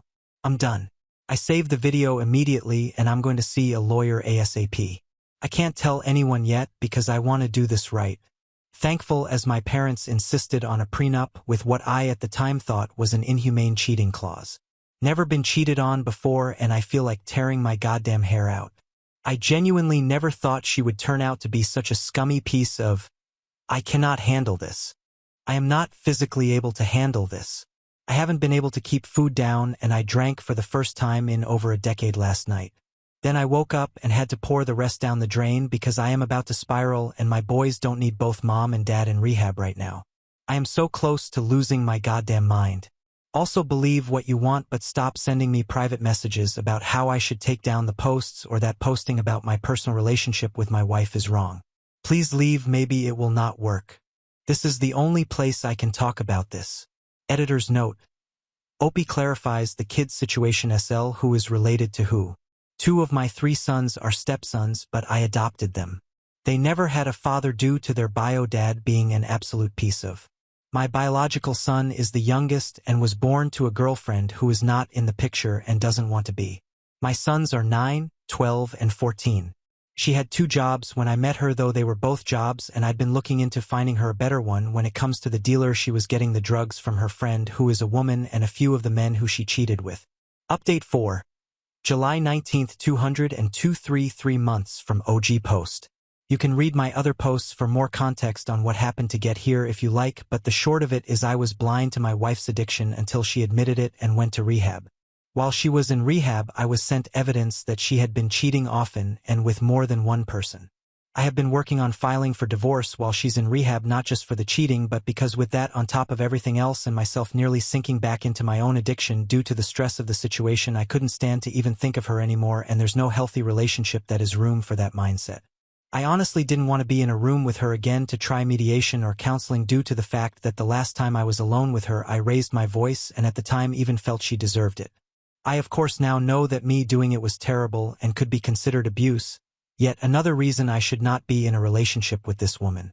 I moved all of her belongings to our guest room minus the pills I found hidden in her beside table. I took pictures of those in their hiding spot then flushed them. I also removed her from my bank account and credit cards. I spoke to my boys explaining the situation without demonizing their mother to the best of my ability, and they seemed to understand. I have no intention of abandoning them, and blood or not they were my sons. Then she came home. The boys were and still are away at camp. A birthday present paid for by my mother. She was quiet, eyes on the ground after the moment I picked her up at the facility all the way home. Once we got home, I led her to the guest room silently and she didn't take it well, crying before she could even take the first step. Throughout the next couple weeks I let her get settled, and though I stayed carefully neutral, I know she could tell something was coming, but I wanted to be as fair as possible and try to let her get used to being out before I said anything, as that was one thing I myself hated about when I left rehab. Everything was flying at me so fast I didn't have time to breathe. Finally, I asked her to sit on the couch and I began explaining to her that I do not believe I can continue being married to her and that I want a divorce. I should have known her reaction was all wrong. She didn't say anything at all. She only nodded and cried quietly as I spoke. I explained that I did not intend to hurt her, but I could not be married to her anymore, and that maybe both of us should focus on being the best parents we can be. I told her I had no intentions of kicking her out, and that because of our prenup the divorce should be cut and dry, and she should be safe to begin looking for employment now, and once she has a job I will help her find an apartment. At this she stood and walked to her room. I let her because I thought she must have been overwhelmed and this talk could wait. She didn't come out at dinner time, and I weighed whether I should leave her alone or not. Eventually I decided to knock on the door and ask if she was hungry. Long story short, she had smuggled pills into my house somehow, or she had a stash I was unaware of and had an overdose and was dead for several minutes in the ambulance, and she's in a medically induced coma because the doctors aren't sure exactly how much damage she's done to her brain from what they've said. I feel like an absolute monster, like I am the scum of the earth, like I should have just said nothing, like I should have just dealt with it, just held it in and stayed. I am responsible for this, and it kills me. I may not have the same love for her as I did, but I do feel so very sorry for everything she's been through. It's killing me. I haven't told my sons yet, and I am debating waiting until they're back from camp so they can have a little more time without this on their minds on top of everything else. I am sorry for the grammar and such. I don't have the energy to edit this, but wanted to get this off my chest. Now for some comments. Where's her family? Not my story to tell, but she doesn't have much family alive, and the ones who are she's no contact with. She has other friends, but I don't know which ones we enabling. They all know what's going on. I messaged all her friends except the dealer, but she knows now, I know from messages she sent me. She hasn't shown up to the hospital though, possibly because she thinks I would throw her out, which I would be tempted to do, to be entirely honest. A couple of her other friends visit all the time. Yes, she's no contact with her mother, ironically because of her mother's addiction and bad treatment of her. The rest constantly insisted she should see her mother, and 2 times even took her boys to her mother's house without her permission. One more clarification on the kids. Yes, because all of our children are from previous relationships, I have adopted the 2 eldest who aren't mine biologically. Why he did it at that point? I wanted to do it while she's in rehab, but my therapist told me to reconsider, so I did. I was so angry when I found out about the cheating, I wanted to take her belongings to her dealer's house and leave them there, but I knew that was wrong. I knew that once my anger wore off, I would regret it, so now all I want to get the divorce started and over with as soon as possible so that I can begin trying to pick up the pieces and move on with my life. On top of that, I didn't want to lead her on, and I could tell that she knew something was coming because I can't even stand her touching me anymore. It makes me physically ill. If I had known she was going to kill herself, I could have closed my eyes and grit my teeth and let her do whatever, but honestly, even now, after what she did, I know that isn't feasible for me. I still found myself wanting to start fights, to yell, and I know that I am not a strong enough person to be in a relationship with someone who hurt me that much, who disrespected me, my home, and my children that much, who took my own past experiences with drugs into account so little that she brought them into my home directly under the nose of myself and my children, pun intended. This is as much kindness as I can afford to extend to her anymore for my own mental health's sake. Opie comments on July 24th, 5 days later. Not awake yet. I took the advice of some of the commenters and went to go get my boys to see if they wanted to see their mother. I explained the situation to the best of my ability, age appropriate, and asked if they wanted to see her. They all agreed to see her eventually, but the eldest only wanted to go to support his brothers. I'm concerned about the anger he is building towards his mother, and I do intend to talk to him about it, but I also don't want to tell him how to feel or tell him that his feelings are bad and wrong. I was already working to get them into therapy, but I'm going to expedite that. Cheating. There have been multiple pictures/videos of her dancing on/being inappropriate with men since that post. I haven't blocked the friend because she sent me a large amount of proof of infidelity for the divorce, and in that post the hick she was dancing on was a man. Perhaps you are confused because her woman friend sent the video. Perhaps my wording was bad, I apologize, and yes, I do know that trauma is the gateway to addiction, as I am an addict in my own CSA from my uncle and general abuse from both my parents. We went to counseling during my rehab and our relationship is much better now, but growing up was very bad. I can't say I know what made her start using, but I can say I know she had a rough childhood and even worse teen years. Edit. Regardless of sexual identity, if I found out my wife was engaging in sexual acts with women, I would also consider it cheating. She was doing other sexually inappropriate things, but no, I didn't get any straight-up sex tapes. I would rather not go into it further, but I think you can get my drift. Final update February 13th, 2024. 7 months later. My wife is dead. I haven't updated in a while and I'm sorry, but I'm sure you can guess why I wasn't feeling up to it. I know that everyone said that she was manipulating me or trying to make me stay with her, but honestly, even if that was the case, it didn't matter because the moment she woke up we both started crying and talking and we didn't stop for days. She went back into rehab for a little while, came out, and we did both couples and solo therapy for both of us. She seemed happy. She seemed better, and I had hoped that the crazy was over, that we would just be happy again. I didn't update then because frankly I was scared how everyone would react. I don't do well at getting yelled at. She promised me that if anything happened, if there was anything she needed to talk to me about, she wouldn't hesitate. Everything was going well, and now when I asked myself if there were signs she would go back or that she never stopped, the answer is no. Nothing except the fact that she had an overdose at her friend's house while I was working and died on her couch. The friend didn't even want to call an ambulance. Her boyfriend had to convince her to. I don't think either of them were arrested that day, but I know from the paper she was pie up a couple of months ago for selling. Everyone kept telling me to go to the police, and frankly maybe I should have, but frankly with the way the police act it wouldn't do much good. Since then I've been drifting terribly.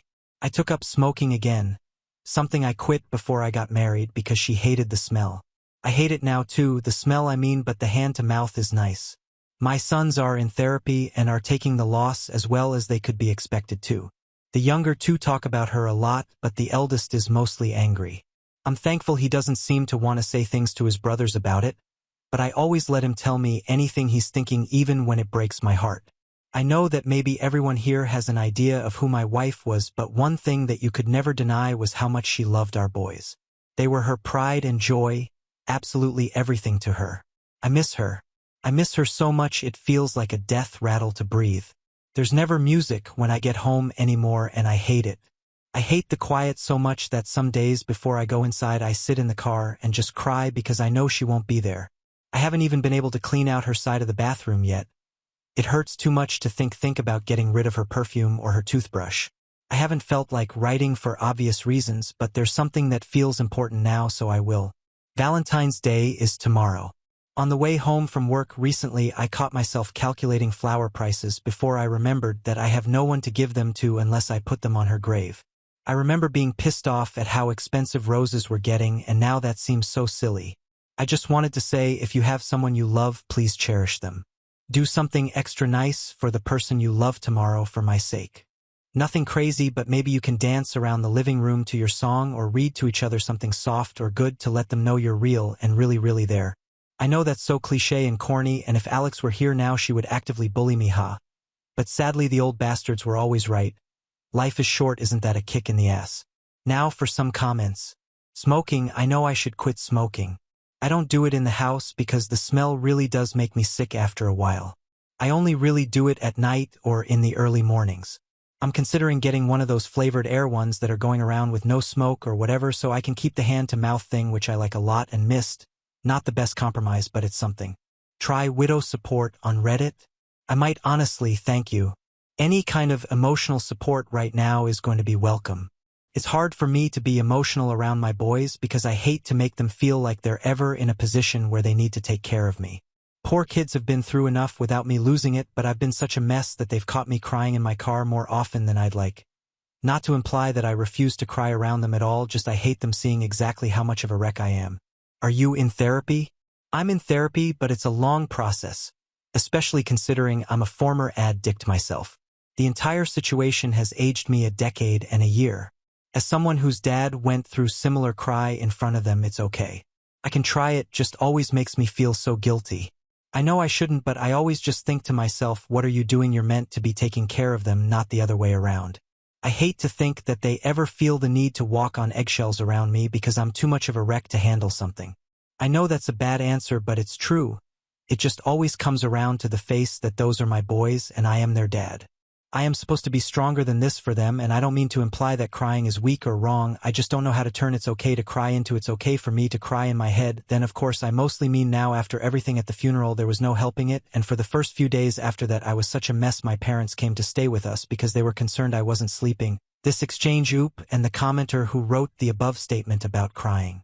Commenter: yeah, you can't help your feelings, but I am sure your little dude has feelings, and when he sees you not exhibiting those same feelings, he may think that those feelings are wrong, but that could be my own baggage. Do what you need to for yourself, my dude, but that just stood out to me. Oop. Thank you genuinely. I will keep that in mind. I hadn't fully considered that, if I'm being honest, but I can work on it. One last thought from Opie: not defending her is so hard for me, but that was the first thing my therapist told me when I asked about my sons. That defending her to them wasn't going to help and that all I could do was let them talk. My eldest is the only one who really rages about it, but the younger two will eventually, I'm sure. I am also angry in this helpless kind of way that hurts so bad I can't stand to think about it, because if she had just talked to me I could have helped her and she would still be here. I am a former addict myself, and I know I made so many mistakes with my wife, but I swear it was like everything was so good again. We slept in the same bed again and had dates. Everything in my mind just wants to scream and beg to know why she would do this, and I can't. I hate it so much because I tried so very hard not to love her anymore when she was alive, and it didn't work then. I don't see myself doing any better now that she's gone, and it hurts even worse because when other people are mad or say negative things, I still wanted to offend her to explain every little reason she had and why it wasn't all her fault, but in the end it doesn't even matter if I do because she is gone. She won't be here to reap the benefits of that defense or even to care that I changed minds. She won't be here to be respected or disrespected. It feels pointless, but I still want to, and it makes me feel like shit. Now on to the next story. Story 6. Entitled Sister-in-Law Demands My Husband to Risk His Life Against an Intruder Instead of Calling Cops Herself. Buckle up, because I've been holding this long story in for a long time, and when I tell you this is a hot mess, this is a hot, steaming, bubbling mess of a mess. My sister-in-law, S, has cut all ties with me and hubby, telling us that she wants nothing to do with us ever again because their mother, L, asked her for $10, and we had the audacity to side with L when S refused. Sounds petty? It is. Sounds simple? Not exactly. Edit for context. This story doesn't occur in the US. This is all happening in the Caribbean, so for those confused by the use of the term mummy, which I think is such a cute cultural debate so far, here it's totally normal for grown adults to call their parents mommy and daddy out of respect. It's also the reason for certain health care, car, and labor oddities. A lot of us in my country still haven't recovered from the pandemic because the tourism industry is only just reopening in full force, and that's the industry 70% of the working population relied on. Hubby has 3 siblings. Brother number 1, Bill 1, we watch you drown to save some rope. Brother number 2, Bill 2, is the sweetest but a bit naive, and S, oh boy, I don't have anything to compare her to, but I think the title should hint at how bad she is. FYI, S is the baby of the family and the only girl. She was spoiled rotten before their parents split up, and things only got worse once the separation became permanent. S would play parent against parent and throw her brothers under the bus regularly. Hubby and I watched S's behavior get more and more toxic as she grew into an adult, but there was no talking to MIL or FIL. Both parents felt guilty about the fact that of the siblings, S was the one to grow up in the broken home. So they excused every tantrum, every snarky remark, and every selfish act. Once, when she was 12, S stole a pair of my sexy panties from the dryer. Hubby and I lived in the same duplex as MIL for a while. I actually thought the panties had been sacrificed to the dryer instead of a sock that cycle. That was until a month later I saw S throw the panties into our kitchen through the open back door. When I went over to their apartment to ask S why she stole the panties, ML got upset at me and told hubby to make me apologize to S for accusing her of something I saw her do with my own eyes. S had the family wrapped around her little finger. Fast forward to 2020, all the siblings were in their early to late 20s. Bill 1, Bill 2, and S decided to remain living with MIL because she only had them pay $200 each a month for rent, utilities, and groceries.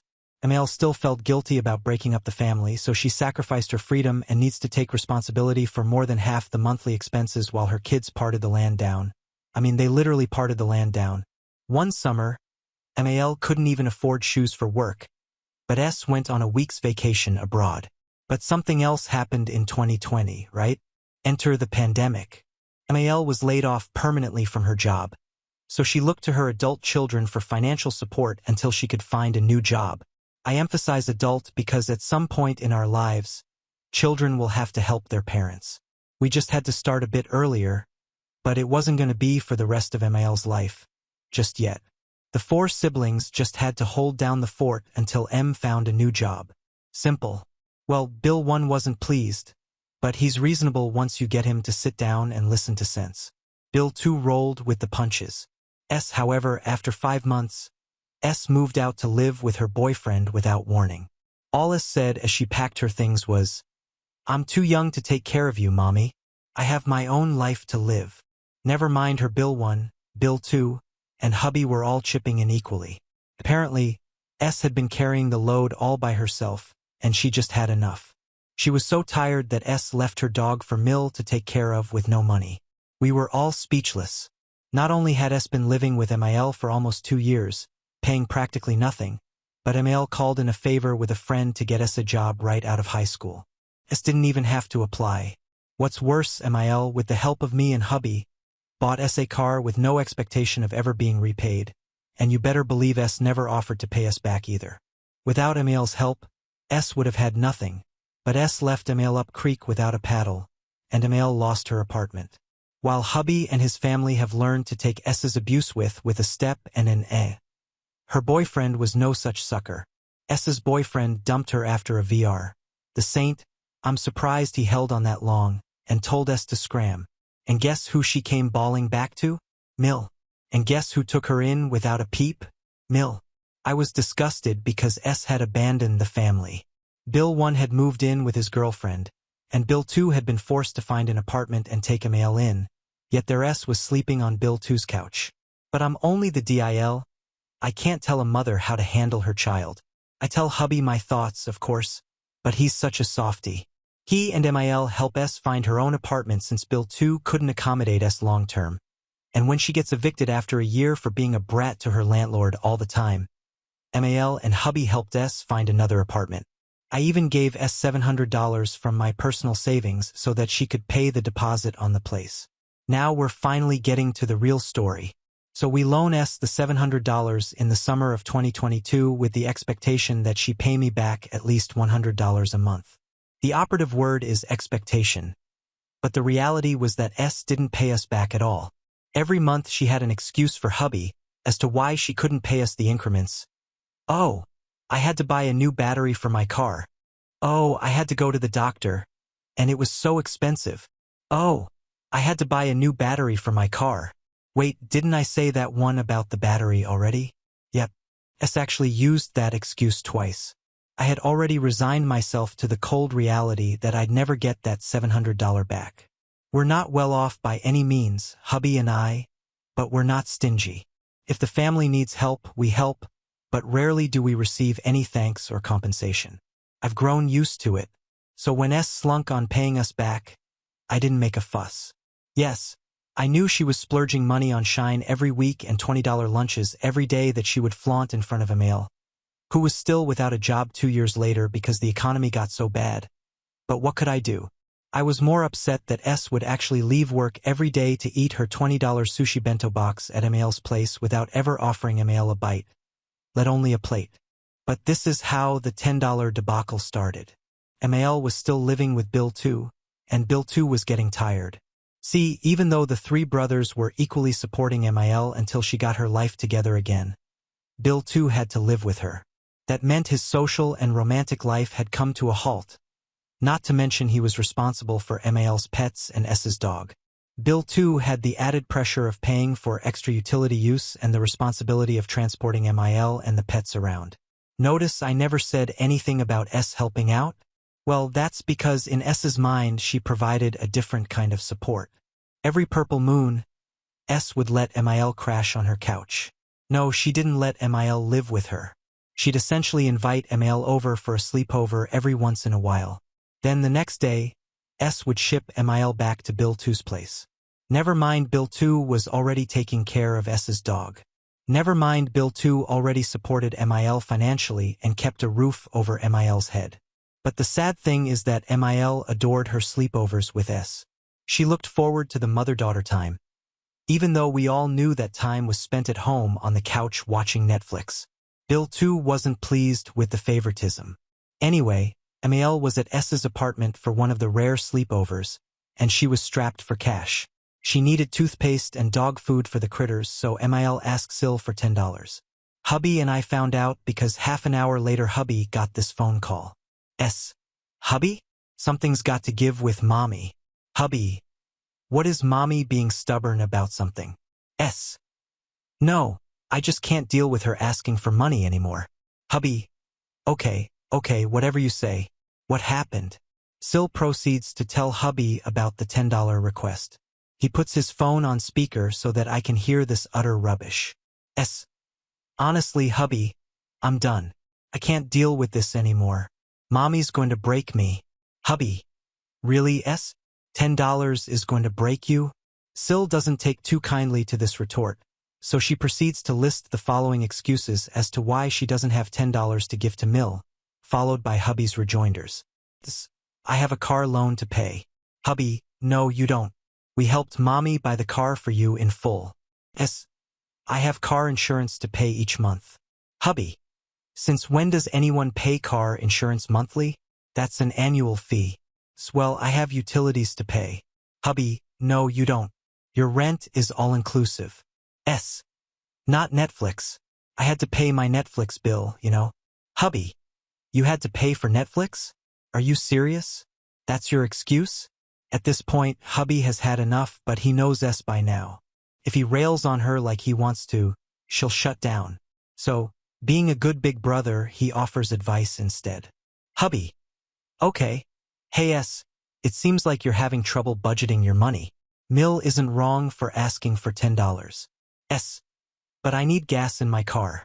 Hubby. Listen, I get it, you don't have $10, rolls eyes, but the issue is that you never seem to have money when the family needs you, but you seem to be able to find money for frivolous things like bento box lunches and shine orders. S. What I do with my money is my business. Hubby. Calm down. I'm just saying that you need to manage your money better. So how much is your weekly salary? Silence. Hubby repeats the question. Sil finally answers very, very quietly. It's like for something. Hubby. You mean like $450? Yes. Hubby pulls out the old Excel budget file we've been using for years. He sets up a budget for S. Then he asks her how much money she has left for the coming week. It's not enough to give mommy $10. Hubby. Please stop being belligerent. And this was the straw that breaks S's back. Sil pops off. She won't stand for this treatment. Hubby has no right to make S feel bad for not giving Mill $10. If Sil says she doesn't have $10, she doesn't have $10. Why is everyone always so mean to her? Why is everyone always attacking Sil after all Sil does for Mill? No one respects her. Sil lets Mill sleep on her couch. Sil lets Mill use her Netflix. Hubby, oh bravo.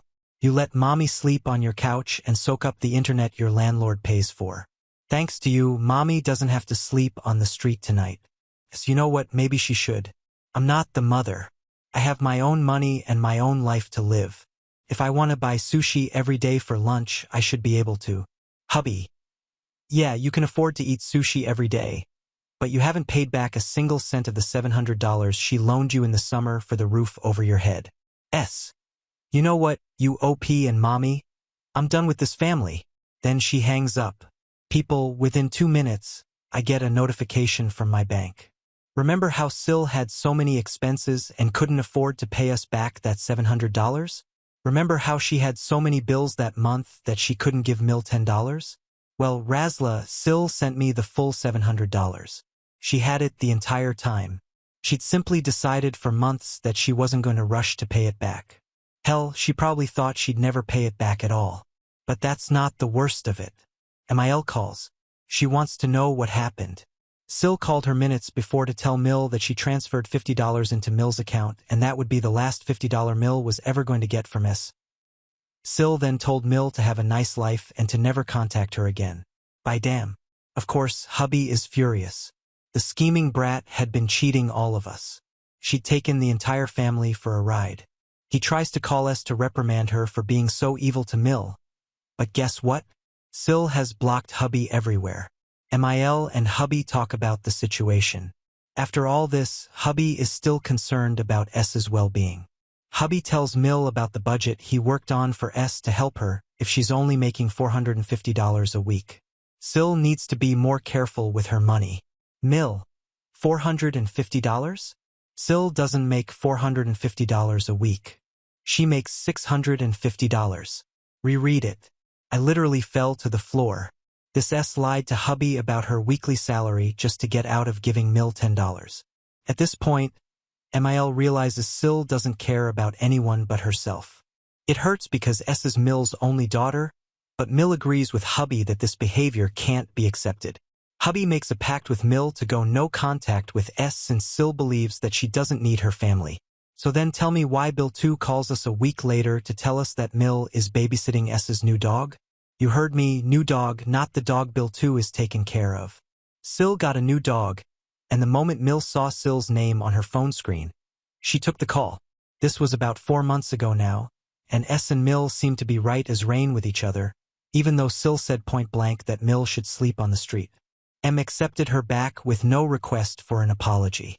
As for us, Sil still has hubby blocked on all platforms.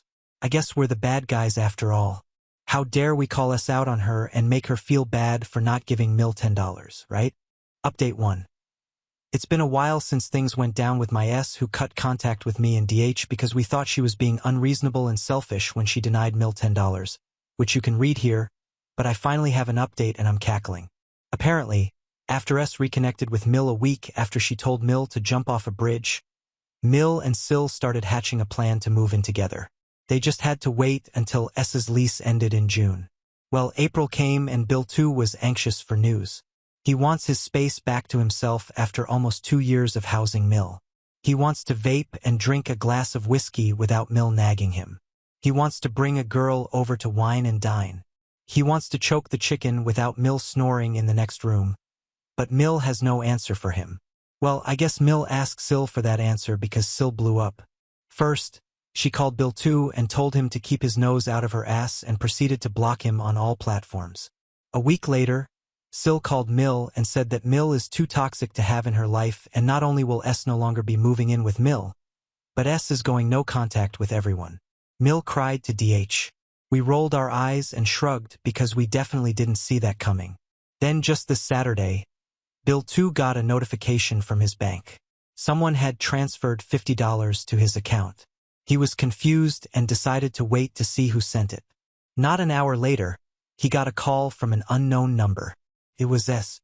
Apparently, Sil bummed FIL for $50, but the easiest and quickest way to get her the money was to send it to Bill 2. So because every other person in the world is a side character in S's personal soap opera, only present to push her own narrative forward, S told FIL to transfer the money to Bill 2 without asking Bill 2 for permission. Then she unblocked Bill 2 only long enough to command him to withdraw the money ASAP, so that she can swing by his apartment to pick it up. Bill 2 burst out laughing. He didn't even have the breath to tell us to F off. He just laughed and hung up the phone.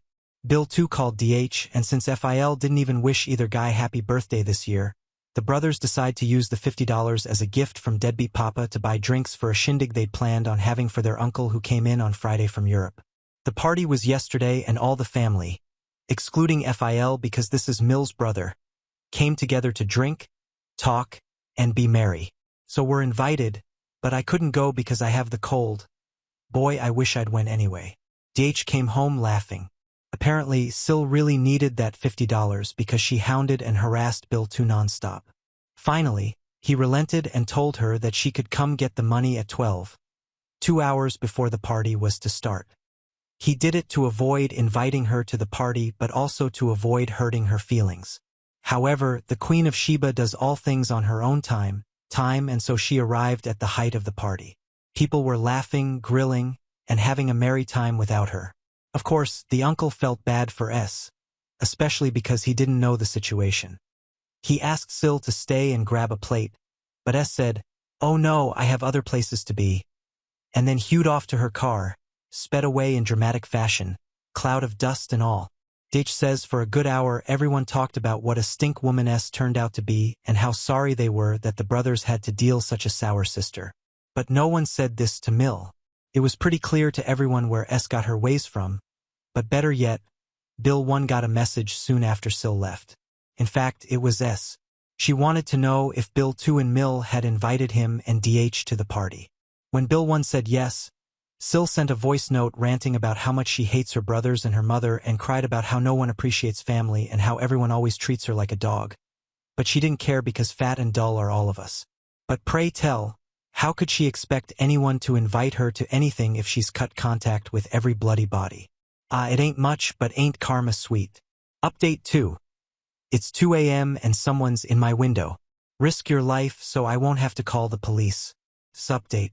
I haven't had an update on Sil since the party 2 weeks ago, but S's performance intrigued hubby's uncle from Europe, and he wanted the tea. So before he left Tuesday night, hubby and I went on a rant and resurrected this story from back in August 2022. It's a doozy. I wasn't sure about sharing it, but Reddit has been cathartic, and I'm ready to expel the audacities I've suffered at the hands of the inept this rock I live on loves to throw at me and hubby. So here goes. So back for the $10 debacle, S and hubby were on okay terms. She'd had a string of what she called bad luck, but I call karma, and we thought she finally realized that her doo-doo does in fact stink. I mean, you have to grow up a little bit after getting dumped and being evicted. Genuinely concerned for S as her big brother, hubby helped Sil find a place only 10 minutes from our so that we could keep an eye out for her. We even loaned her $700 from my personal savings to get her into the apartment before July when she was slotted to be evicted from her former place. A young woman living by herself in our city is risky, and while her new apartment was super secure, hubby was nervous about her safety. Sil had only been in her apartment for a week or two, but she called hubby constantly. She needed him to fix her internet, fix her toilet, screw in a light bulb, grab the TV remote because she was too lazy. Was that last one a hyperbole? Yeah, but this girl did call hubby once to buy and deliver her water. Was she sick or immobile? No, she just didn't want to go to the store herself. Hubby started ignoring S's calls and messages, which only resulted in even more calls and messages cause I guess in Sil's mind 40 no's and one yes is a yes anyway. One night, hubby and I were startled awake by a phone call. It was around 1:30 a.m. No good news ever comes at 1:30 a.m., so I was fully prepared for wailing in black shawls. I wondered if I had a black dress in the closet, if I had to ask my grandmother for one of her humongous days of our lives black hats with the bead netting and feathers to be a good Anglican griever, if I'd be expected to jump into the grave after the departed now that I'm pushing 30 as good Caribbean women are wont to do. Fun and jokes aside, I was absolutely terrified. Hubby answered the phone, and it was Sil. Hubby almost hung up because what does she want at 1:30 a.m.? For him to tuck her into bed, to get her a glass of warm milk? But Sil confirmed hubby's worst fears. There was someone outside her bedroom window. Sil said she was drifting off to sleep on her couch watching Love Island or Love is Blind or some that I know is enjoyable for many but for some reason conjures the smell of battery acid in my head. But then Sil heard a knock at her front door. She looked out her window and saw a shadow, and then came another knock. She ran to her bedroom, but the noise followed. She was calling us from under her blanket in her bedroom, listening to whatever it was rustling from the bushes outside. Hubby asked us if she'd call the police. Sil went quiet, then she said, "Why should I? Can't you come and do what?" I furiously cried out over hubby's shoulder into the phone call, "Call the police!" Because what was hubby supposed to do? Summon his dormant Highlander blood and storm the darkness with a tire wrench? But then Sil started crying and hubby relented because he's too good for this world and my dumbass went with him because I'm 5 feet 10 inches in with knees the size and density of cannonballs and hands like cast iron pans. However, I only allowed this under one condition. Sil had to call the police. In my mind, we were only driving to the apartment to stay in the car and be near S until the cops showed up. Dumb? Yes, but sometimes we do dumb things for the people we love. So we got to the apartment, which is a small duplex adjacent to the landlord's home. Hubby called S to tell her we were in the car outside. She told us to come inside, which meant crossing about 20 yards of open night. Hubby said no, he wasn't going to drag me out into the night with a possible intruder in the yard. Sil told him to leave me in the car, then hold the up and take several seats. Hubby stared at the phone like it was roadkill guts on a steamy July afternoon. That definitely wasn't going to happen. We would wait for the police. Had she gotten a hold of them since hubby had last spoken to her? Silence. Well, what did the shadow or God come inside and swipe your tongue? No. Sil said she tried to call the police, but no one had answered. I looked at hubby. Hubby looked at me. Sil was trying to sell us goat, and we weren't buying. Hubby insisted us try again. Literally half a minute after he hung up, Sil called back.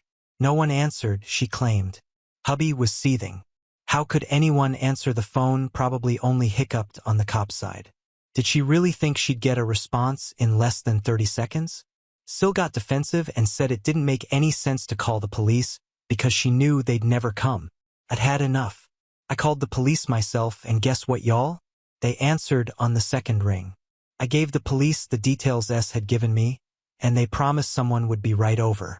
Apparently, there had been a burglary on S Street already that week. Sil cried even harder when hubby called her and told her. Then Sil told hubby that he needed to walk around her apartment at 1:30 to 2 a.m. to see if the would-be burglar was still there. I was kidding about the tire wrench, so you know. Hubby is of course a tall, strapping, barrel-chested man with hair like fire and a chin at which Gaston himself would weep in envy.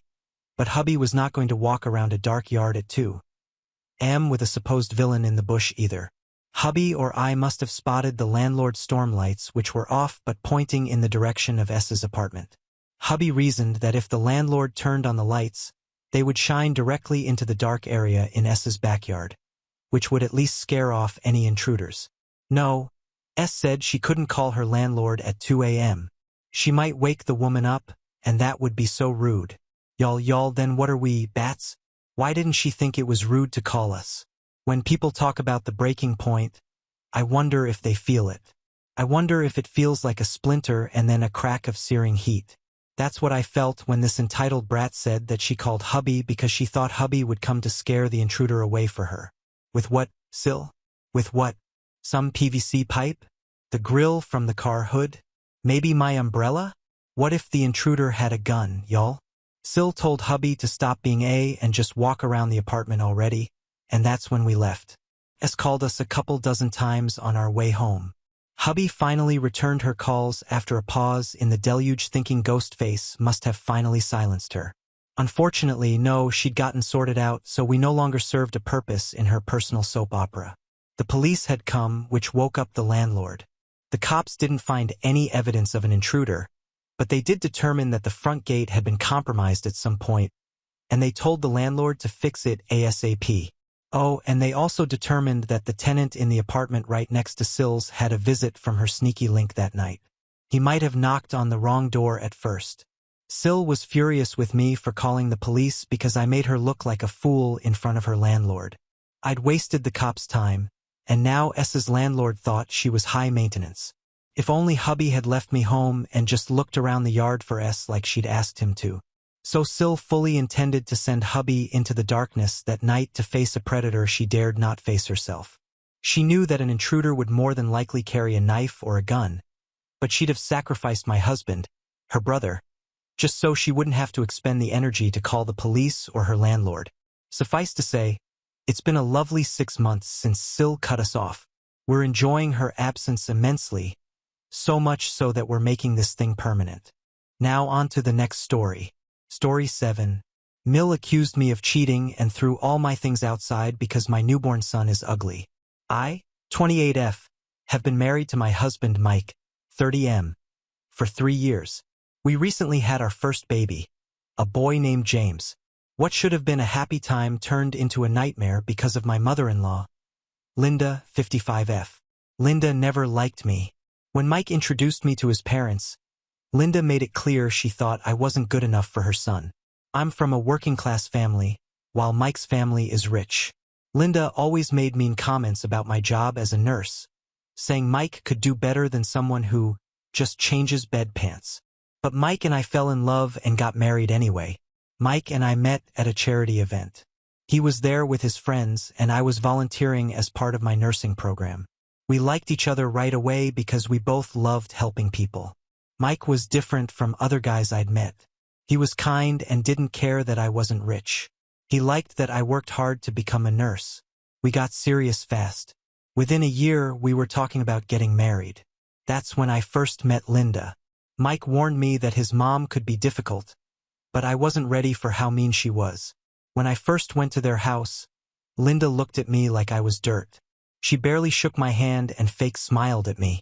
During dinner, she asked me lots of questions about my family, my job, and my plans.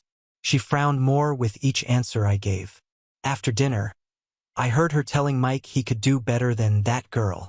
She talked about a family friend's daughter who was in law school.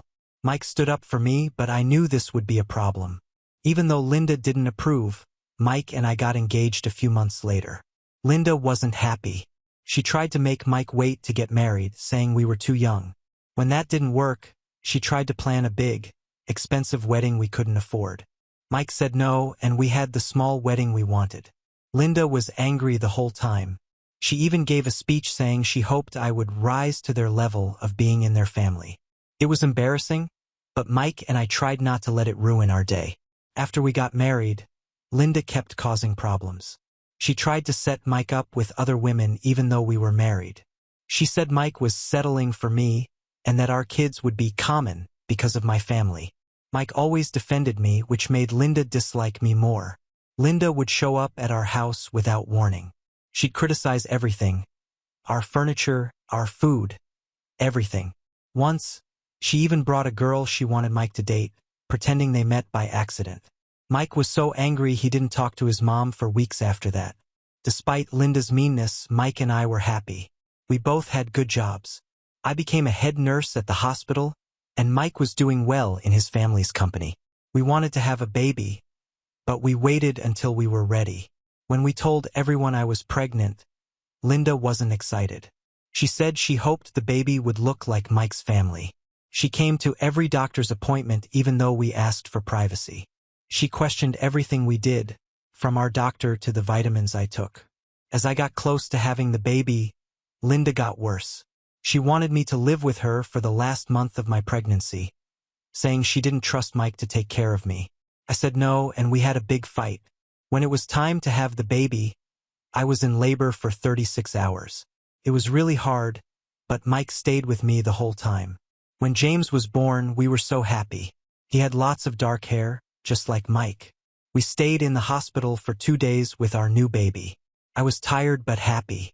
Mike called our families to tell them we were coming home soon. Linda said she was coming over to help, even though we said we wanted some time alone as a new family. When Mike drove us home, we were extremely shocked to see that all my things were thrown all over our front yard. My clothes, books, and nurse uniforms were everywhere for all the neighbors to see. Linda was standing in the doorway looking smug. I was shocked, and Mike was angry. He told me to stay in the car with James while he dealt with Linda. As he walked to the house, Linda started yelling, "How dare you come back, you cheater!" she screamed. "I always knew you weren't good enough for my Mike, and now I have proof." Mike was confused. "What are you talking about?" he asked angrily. Linda pointed at James in the car. "That baby isn't Mike's. No one in our family looks that ugly as a baby. You cheated on my son, and now you're trapping him with another man's baby." I couldn't believe what I was hearing. Mike tried to explain, but Linda wouldn't listen. She kept saying I was no good and that she was protecting her son from a cheater. I got out of the car with James, crying and begging Linda to stop, but she kept yelling mean things at me. Mike had enough.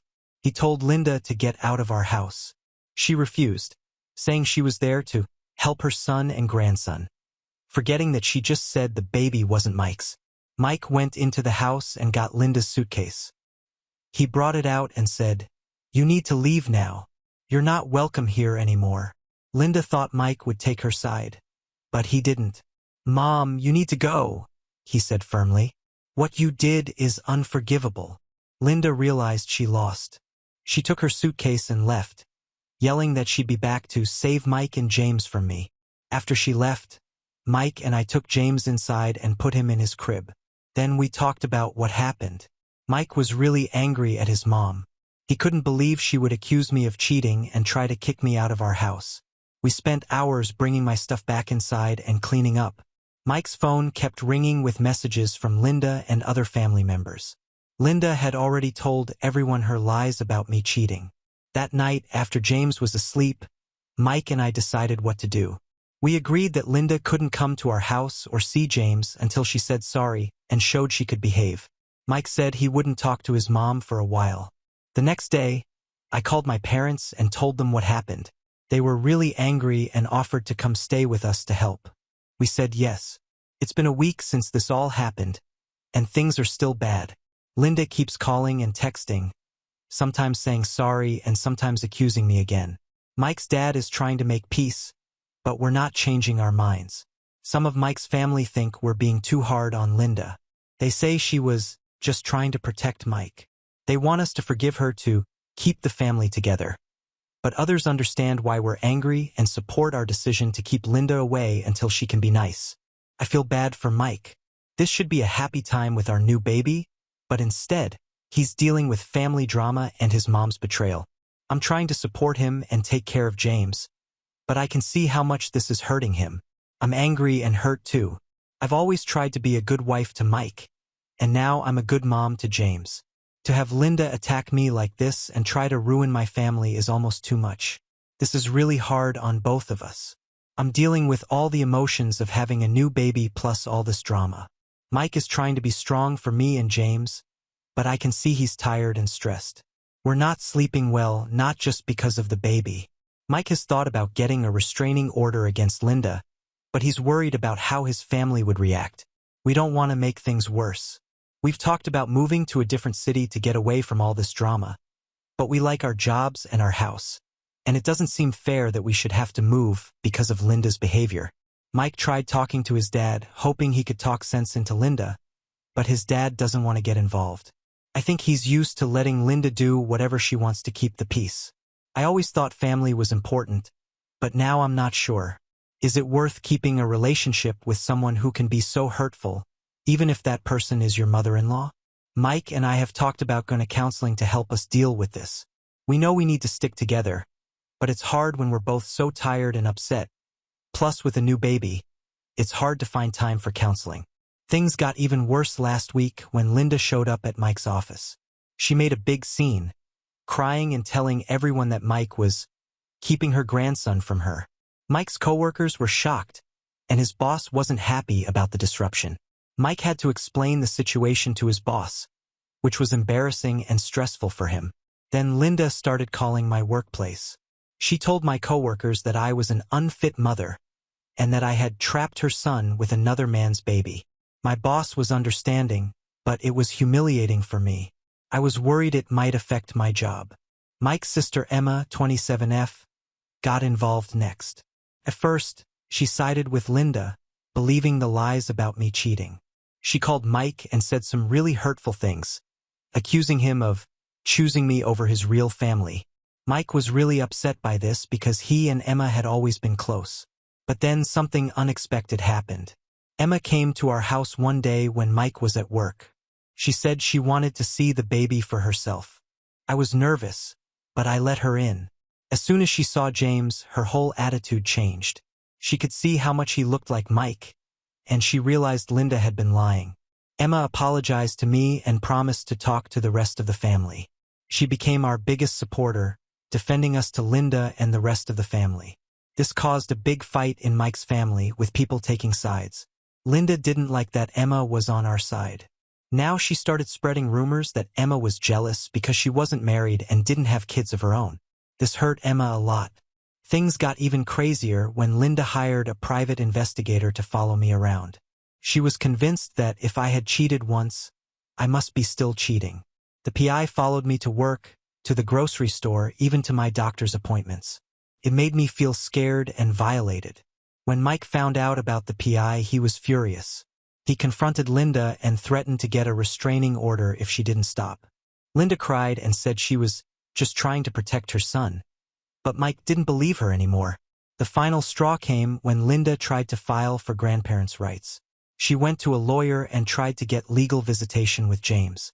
Luckily, the lawyer told her she didn't have a case, especially since James was so young and she had never even met him. All this stress started to affect my health. I was having trouble producing enough milk for James, and I was losing weight rapidly.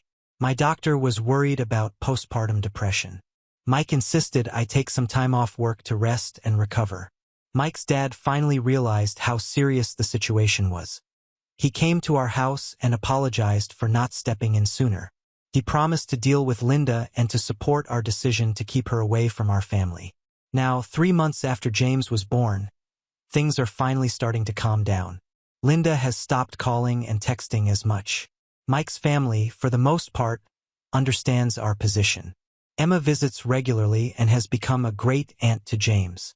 So, Reddit IDA for supporting Mike and kicking his mother out and refusing to let her see her grandson? Update 1. 6 months after the original post.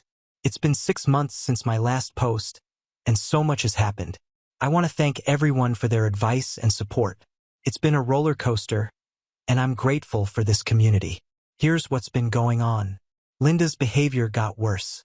She started showing up at our neighbors' houses, telling them lies about us. She said we were bad parents and that they should call child services.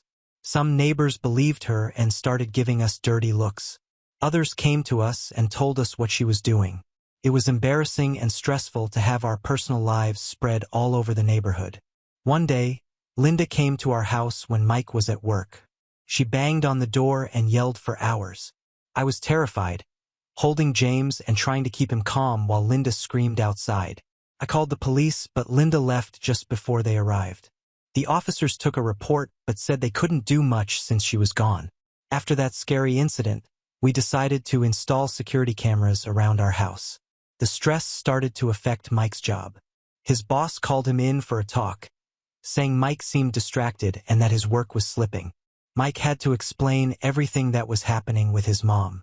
His boss was understanding but warned Mike that he needed to focus on work, or it could affect his position in the company. This added financial stress to our already tense situation. My parents came to stay with us for a while to help out. They were great with James and gave Mike and me a chance to rest and spend some time together. But Linda didn't like this at all. She started spreading rumors that my parents were trying to turn Mike against his real family. She even went as far as to call my dad's workplace and tell them he was an alcoholic who shouldn't be trusted around children. It was a lie, of course, but my dad had to deal with questions from his boss, which was humiliating for him. Things got even worse when Mike's cousin Amy got married.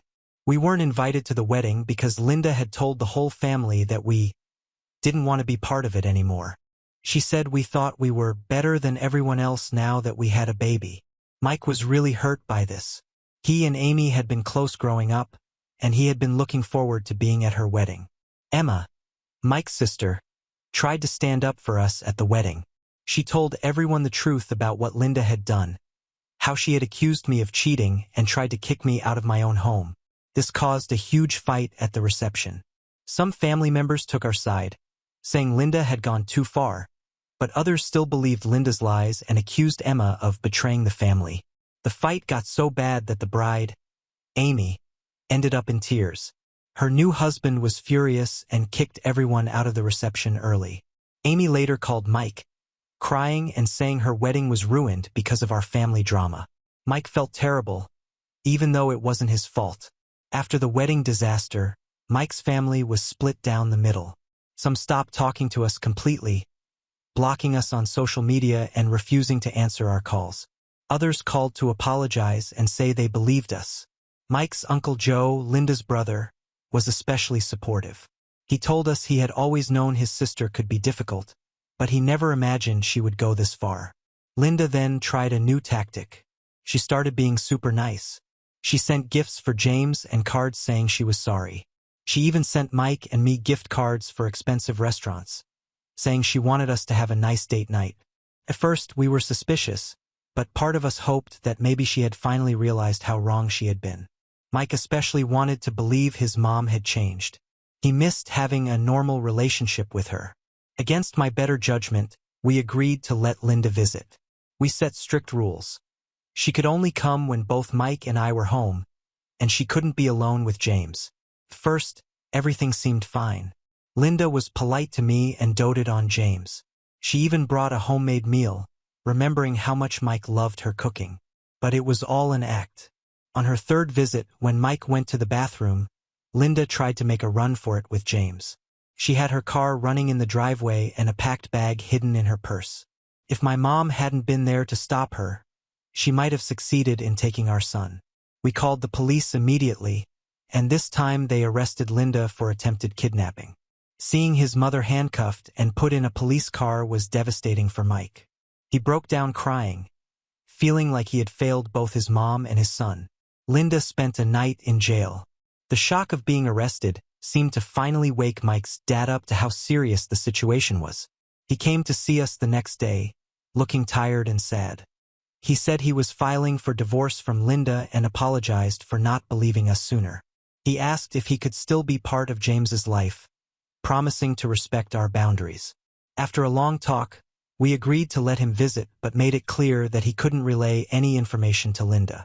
Mike was relieved his dad finally saw the truth but also heartbroken that his family was falling apart. He started going to therapy to deal with all his feelings. It's been helping him a lot, giving him tools to cope with the stress and guilt. As for me, I went back to work part-time. It was hard leaving James at first, but it's been good to have something else to focus on. My coworkers have been really supportive, especially after they found out about all the drama with Linda. My boss even let me adjust my schedule so I could be home when Mike's dad visits James, which has been a huge help. James is doing great despite all the chaos around him. He's growing fast and looks more like Mike every day. It's bittersweet sometimes, knowing he won't have a relationship with his grandmother, but we know it's for the best. We're doing everything we can to surround him with love and positivity. We've become much closer with Emma during all of this. She comes over a lot and is wonderful with James. She's been a real rock for Mike, helping him remember the good times with their mom, while also supporting his decision to keep Linda away. Emma even stood up to Linda when she tried to turn Emma against us again. Emma told Linda she needed professional help and that she wouldn't have a relationship with her until she got it. Linda didn't like losing control of Emma. She started telling people Emma was on drugs, and that's why she was taking our side. She even went as far as to plant drugs in Emma's car and call the police. Luckily, the officers were suspicious of the anonymous tip and didn't charge Emma, but the incident was scary and humiliating for her. The drug accusation caused problems for Emma at work. Her boss heard the rumors, and even though there was no proof, decided to let Emma go to avoid any potential issues. Emma was devastated. She had worked hard for her position, and now she was unemployed because of her mother's lies. We offered to let Emma stay with us while she looks for a new job, and she accepted. It's been nice having her around, although our house is getting a bit crowded. Mike's dad is trying hard to make things right. He offered to pay for family therapy for all of us, including Linda if she agrees to participate. Mike and I thought about it for a long time and finally agreed to try it, but only if Linda agrees to get help for her behavior first. We had our first therapy session last week. It was incredibly difficult. Linda cried a lot and said she just wanted her family back. She talked about how lonely she's been since Mike's dad left her. The therapist was firm with her, telling Linda she needed to take responsibility for her actions and understand the harm she's caused. Linda didn't like hearing that. She yelled at the therapist, accusing her of taking our side, and stormed out of the session. Mike was upset after that, feeling like we'd taken a step backward. After that disastrous therapy session, some of Mike's aunts and uncles reached out to us. They said they had heard about what happened and were sorry for believing Linda's lies. They asked if they could visit and meet James. We're considering it. We've been hurt too many times to trust easily. We're also talking about changing our wills. We want to make sure that if anything happens to us, Linda won't get custody of James. We're thinking of naming my parents and Emma as guardians. So that's where we are now. Things are better in some ways but still complicated. Linda is still causing problems, but we're stronger as a couple and as a family. Any advice on how to move forward and heal as a family would be greatly appreciated. We're taking it one day at a time, but sometimes it feels like we're still stumbling in the dark. Thanks for listening and for all your support. Update 2. 6 months after Update 1, 1 year after original post. It's been another 6 months since I last wrote here. Not much has happened actually, but I want to thank everyone for their advice and help. Here's what's been going on. Mike's job is in trouble. His company is changing things around, and they might let some people go. Mike could lose his job. We're really worried about this. We're trying to save money in case Mike does lose his job, but it's hard. We've had to pay so much money to lawyers because of all the trouble with Linda. Somehow Linda found out that Mike might lose his job. We think one of Mike's work friends must have told her. As soon as she knew, she started calling and texting us all the time. She keeps saying she wants to help us with money if Mike loses his job. We know she's just trying to get back into our lives, so we're not answering her messages. Then Linda started showing up at Mike's work. She kept saying she needed to talk to Mike about something important in the family. She did this so many times that Mike's boss had to tell her she couldn't come there anymore. This is making things really hard for Mike at work. We're worried it might make it more likely that he'll lose his job when the company changes things. All the stuff with Linda is starting to affect James too. He's been having bad dreams at night. He gets really upset when we leave him with babysitters now. He cries and doesn't want us to go. We've also got some new problems with the law. Linda found out somehow that we want to change our will. We want to make sure that if something happens to us, Linda won't be able to take care of James. When Linda heard about this, she got really mad. She's saying she'll fight us in court if we try to change the will. She's telling people we're crazy from all the stress and can't make good choices. Our lawyer says Linda can't really do anything about this, but it's still making us really worried. Mike's dad is trying to help us, but he's got his own problems. He and Linda are getting divorced, and it's not going well. Linda is saying all sorts of crazy things about Mike's dad. She's also trying to take a lot of his money that he saved for when he gets old. We want to help Mike's dad, but we don't have much money to spare right now. So that's where we are now. Some things are better, but it's still really complicated. Edit. A lot of people are asking me why our family is having financial problems when I stated that Mike's family was rich. There you go, you have found your answer. Mike's family is rich. That simply means his parents, not him. Update 3. 1 year after update 2. 2 years after original post. Looks like I finally found the password for this account. It's been a year since my last post, and so much has happened. I want to thank everyone for their advice and support, both in the comments and DMs. It's been a tough journey, but we're still standing. Here's what's been going on. Mike lost his job. The company let go of a lot of people, and Mike was one of them. It hit us hard. We had some savings, but with all the money we've spent on lawyers because of Linda, it wasn't enough. I picked up extra shifts at the hospital to help, but it's been tough. Linda, of course, saw this as her chance to swoop in. She started calling and texting Mike nonstop, offering money and saying how she could help if we just let her back into our lives. We ignored her at first, but she wouldn't stop. She even showed up at our house one day with a check, trying to force her way in. Mike slammed the door in her face. I was so proud of him for standing his ground, but Linda didn't give up. She started telling everyone that we were struggling and couldn't take care of James properly. She called Child Protective Services on us, saying we couldn't afford to feed our son. They came to check on us, and while they quickly saw that James was well cared for, it was humiliating and scary. Mike's dad tried to help us out. He offered us some money, which we reluctantly accepted. We needed it, but we felt bad taking it because we knew he was struggling too. His divorce from Linda was getting nasty. Linda was demanding half of everything, including his pension. She was dragging things out in court, making it as expensive and painful as possible. Then things got even crazier. Linda somehow got hold of Mike's resume and started sending it out to companies, pretending to be him. She even set up fake email accounts in his name. Mike started getting calls for interviews he never applied for. It was a mess. We had to spend hours contacting these companies to explain the situation. Some of them thought Mike was unstable and blacklisted him.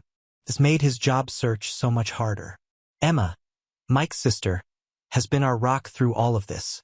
She's been helping us with James, job hunting with Mike, and running interference with the rest of the family. But it's taking a toll on her. She's exhausted and stressed all the time. We found out she's been taking anti-anxiety medication to cope with everything. We feel terrible that our problems are affecting her so much. We thought things couldn't get worse, but we were wrong. Linda started a smear campaign against us on social media. She created a Facebook page called Justice for Grandma, which has now been deleted, where she posted all sorts of lies about us. She's saying we're abusive, that we're turning our child against her, that Mike is an alcoholic, he's not, and that I'm having an affair with Mike's boss. I'm not, and Mike doesn't even have a boss right now. Some of Mike's family members believe her. His aunt started leaving nasty comments on my Facebook posts, while his cousin cornered Mike at the grocery store and yelled at him for abandoning the family. We've had to block so many people. It feels like we're losing our entire support system. But the worst was yet to come. One day, We got a call from James's daycare. They said Linda had shown up, claiming she had the right to pick up James. Thankfully, they knew about the situation and didn't let her take him, but it scared us to death. We had to pull James out of that daycare and find a new one, which was a nightmare with our financial situation. After that incident, we decided we needed to take legal action. We filed for a restraining order against Linda. The court hearing was brutal. Linda played the poor, heartbroken grandmother act to perfection. She cried and said she just wanted to see her grandson. But our lawyer presented all the evidence of her harassment and the attempted kidnapping. The judge granted the restraining order. We thought that would be the end of it, but Linda just got sneakier. She started sending flying monkeys after us, like she always did. Meanwhile, Mike was still struggling to find a job. The fake applications Linda sent out had really messed things up for him. He finally managed to get a part-time job at a local hardware store, but it's not nearly enough to cover our expenses. I'm working overtime at the hospital, but with all the legal fees, we're barely staying afloat. We had a scare last month when James got really sick. He had a high fever and was throwing up. We had to take him to the emergency room. The whole time, I was terrified that Linda would somehow find out and show up at the hospital. Thankfully, that didn't happen, but the fear was real, and the medical bills are another financial hit we really can't afford right now. Mike's dad's health has taken a turn for the worse. The stress of the divorce and everything with Linda has really affected him. He had a minor heart attack last week. He's okay, but it was a wake-up call for all of us. Mike feels guilty, like all of this is somehow his fault. I keep telling him it's not, but I know he's really struggling with it. We're trying to support Mike's dad as much as we can, but it's hard when we're barely keeping our own heads above water.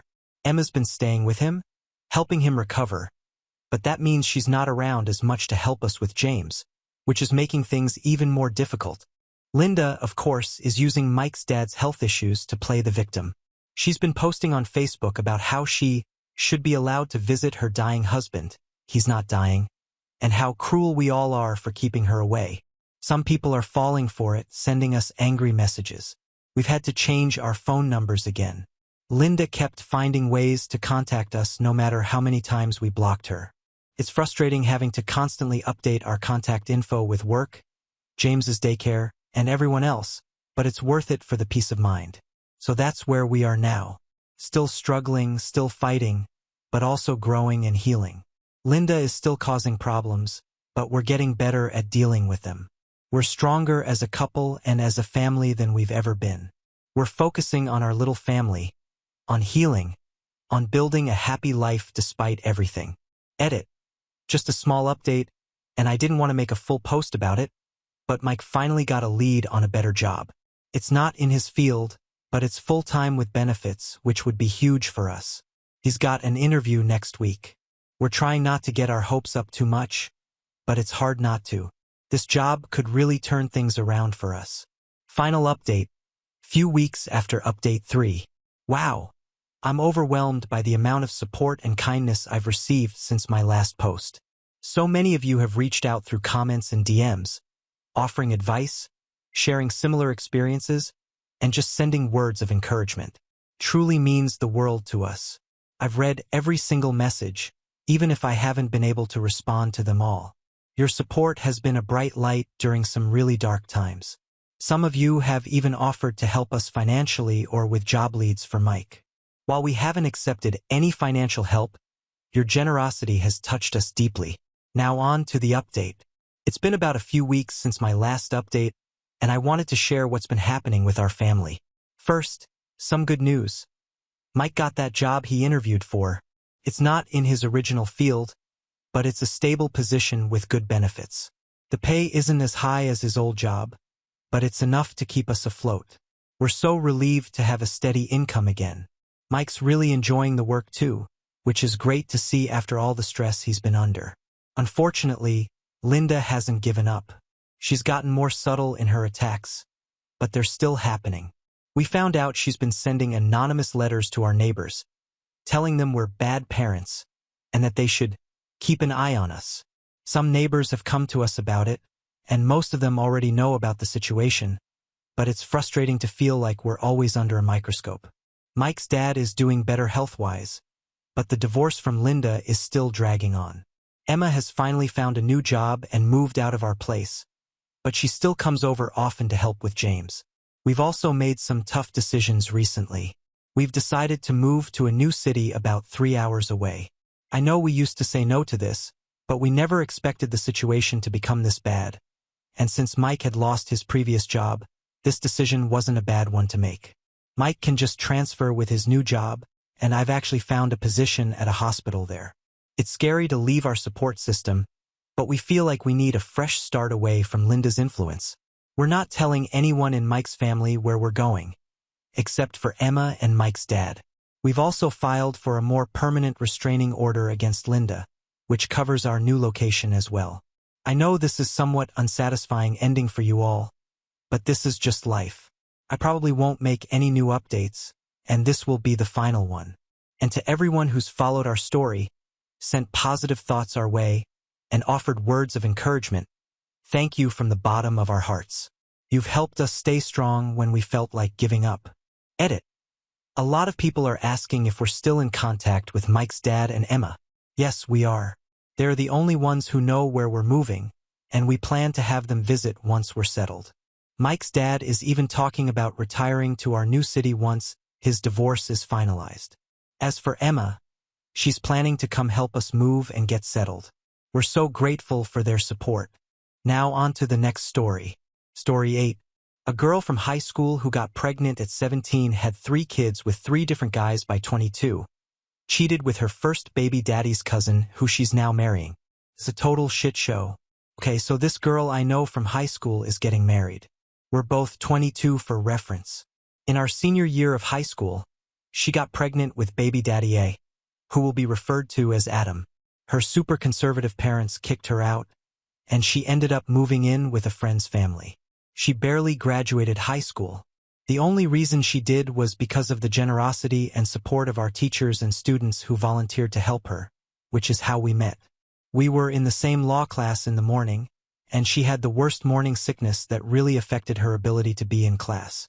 So I took extra notes for her, tutored her, and brought her stuff if she hadn't come back by the bell.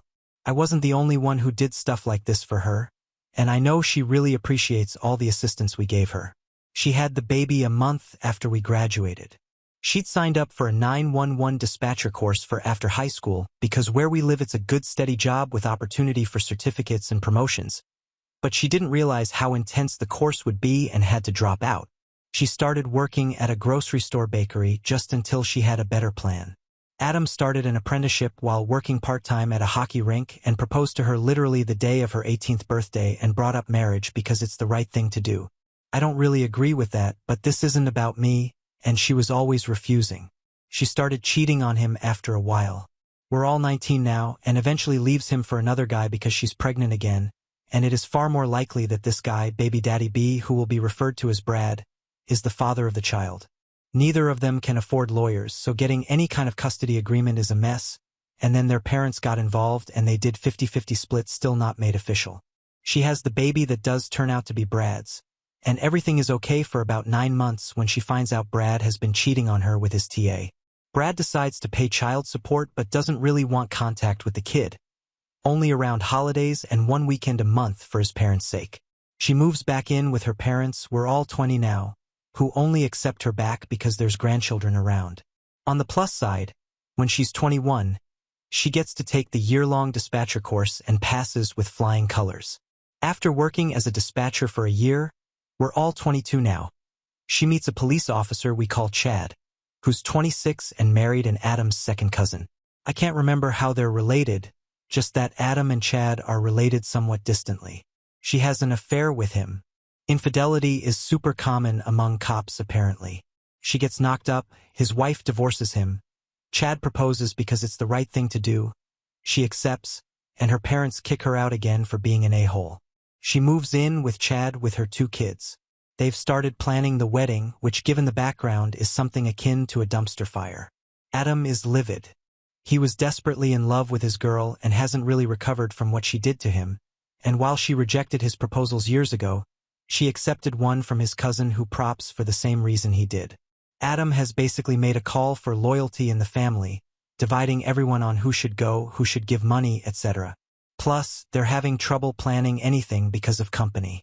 Her parents have outright said that they're not going along with half of her family, and her younger sister has been going around and sabotaging what plans they can make. She has asked me to be a bridesmaid. I said that I couldn't because I live in a different province now, but the truth is I do not want to be wrapped up in that cluster shit in any way. I'm just watching the arguments and events unfold on social media because this is quite honestly the most entertaining thing I've seen all year. It's weird to me that she even asked because we're not friends. We never have been. We were friendly strangers in high school. I just helped her out for one class because she needed help and I could give it to her. I was just being nice, but based on how she turned out, I'm just sad for her 3 kids in 4 years, and she's alienated so much of her friends and family because of her actions, and I'm torn between feeling sorry for her and putting my head in my hands. Edit 1. First off, all of your comments are hilarious. Second, I'm going to answer some of the common questions. We're from a city with over 400 million people. She just comes from the neighborhood that is made of either Bible thumpers or white trash with no in-between. But the high school we went to was in a completely different neighborhood than that. Our school had a pretty good sex ed course, and they gave out free condoms and had resources to help girls get birth control, and they had programs in place for if students ever got pregnant were going to be teen parents. They also had one of those classes with the dolls for girls who were high risk at teen pregnancy, but she wasn't high risk, so she wasn't in that class. I don't know if BC just didn't work for her or if she never tried it.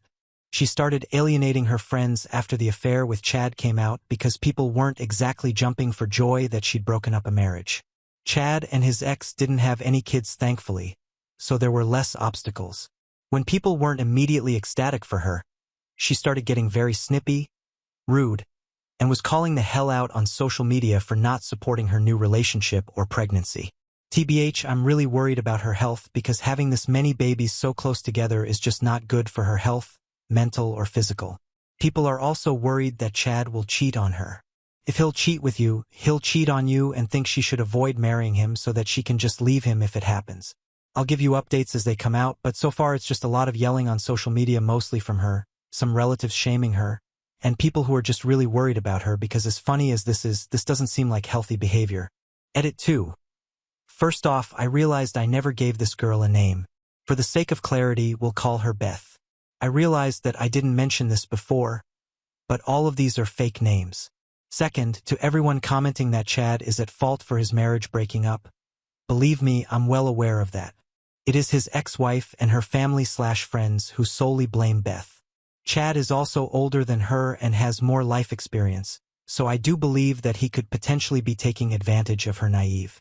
However, she is also an adult who is capable of making her own decisions and has chosen to make poor ones in the past.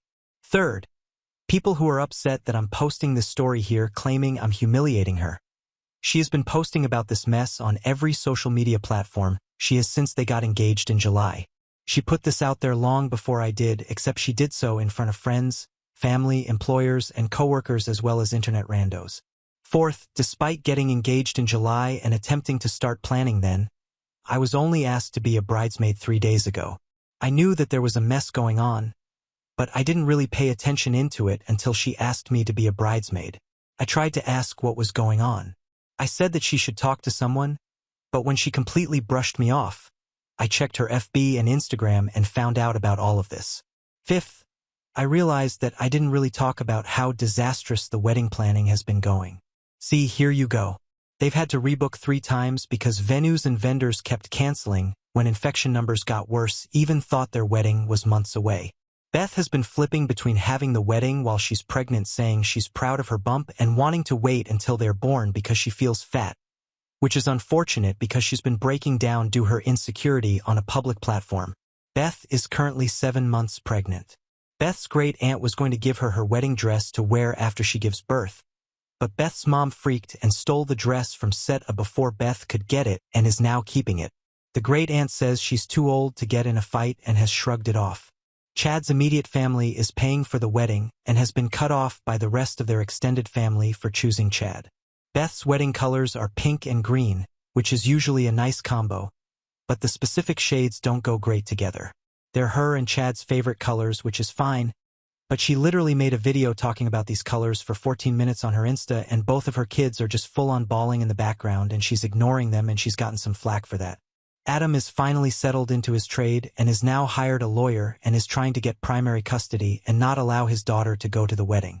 She's planning a Zoom baby shower bachelorette party and has sent out a registry, and she's asking for crazy expensive things.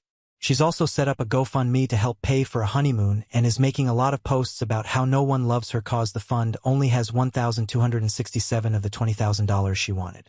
I'll update when I can, but I'm still in school, and while I do want to help her, she's refused help offered in the past, and there's only so much of this I can take mentally right now. Update 1. Hey everyone.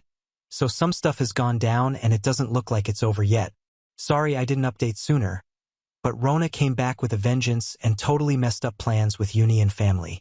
Anyway, on to the update from the last update 16th. Lots of ranting and chaotic wedding planning on social media. She found a dress and has decided she will get married while pregnant.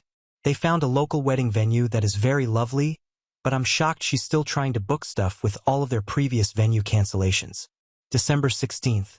Her little sister unblocked her to call her a hole and tell her that all her wedding plans were stupid. This resulted in a petty and entertaining Facebook war until the little sis blocked her again on the December 17th. December 18th. Beth went nuts on social media because Adam had kidnapped their daughter. What really happened is that because courts are moving at a snail's pace due to Co and Adam had reason to believe that their daughter was not safe living with Beth, he decided to just not give her back. They don't have a custody agreement, and when Beth tried to call the cops, they couldn't do anything because he was kind of right. There were dozens of videos on her various social media accounts of her ignoring their daughter, yelling at her daughter for crying or doing other things that toddlers do. It turns out that everything she needed was bought by Adam.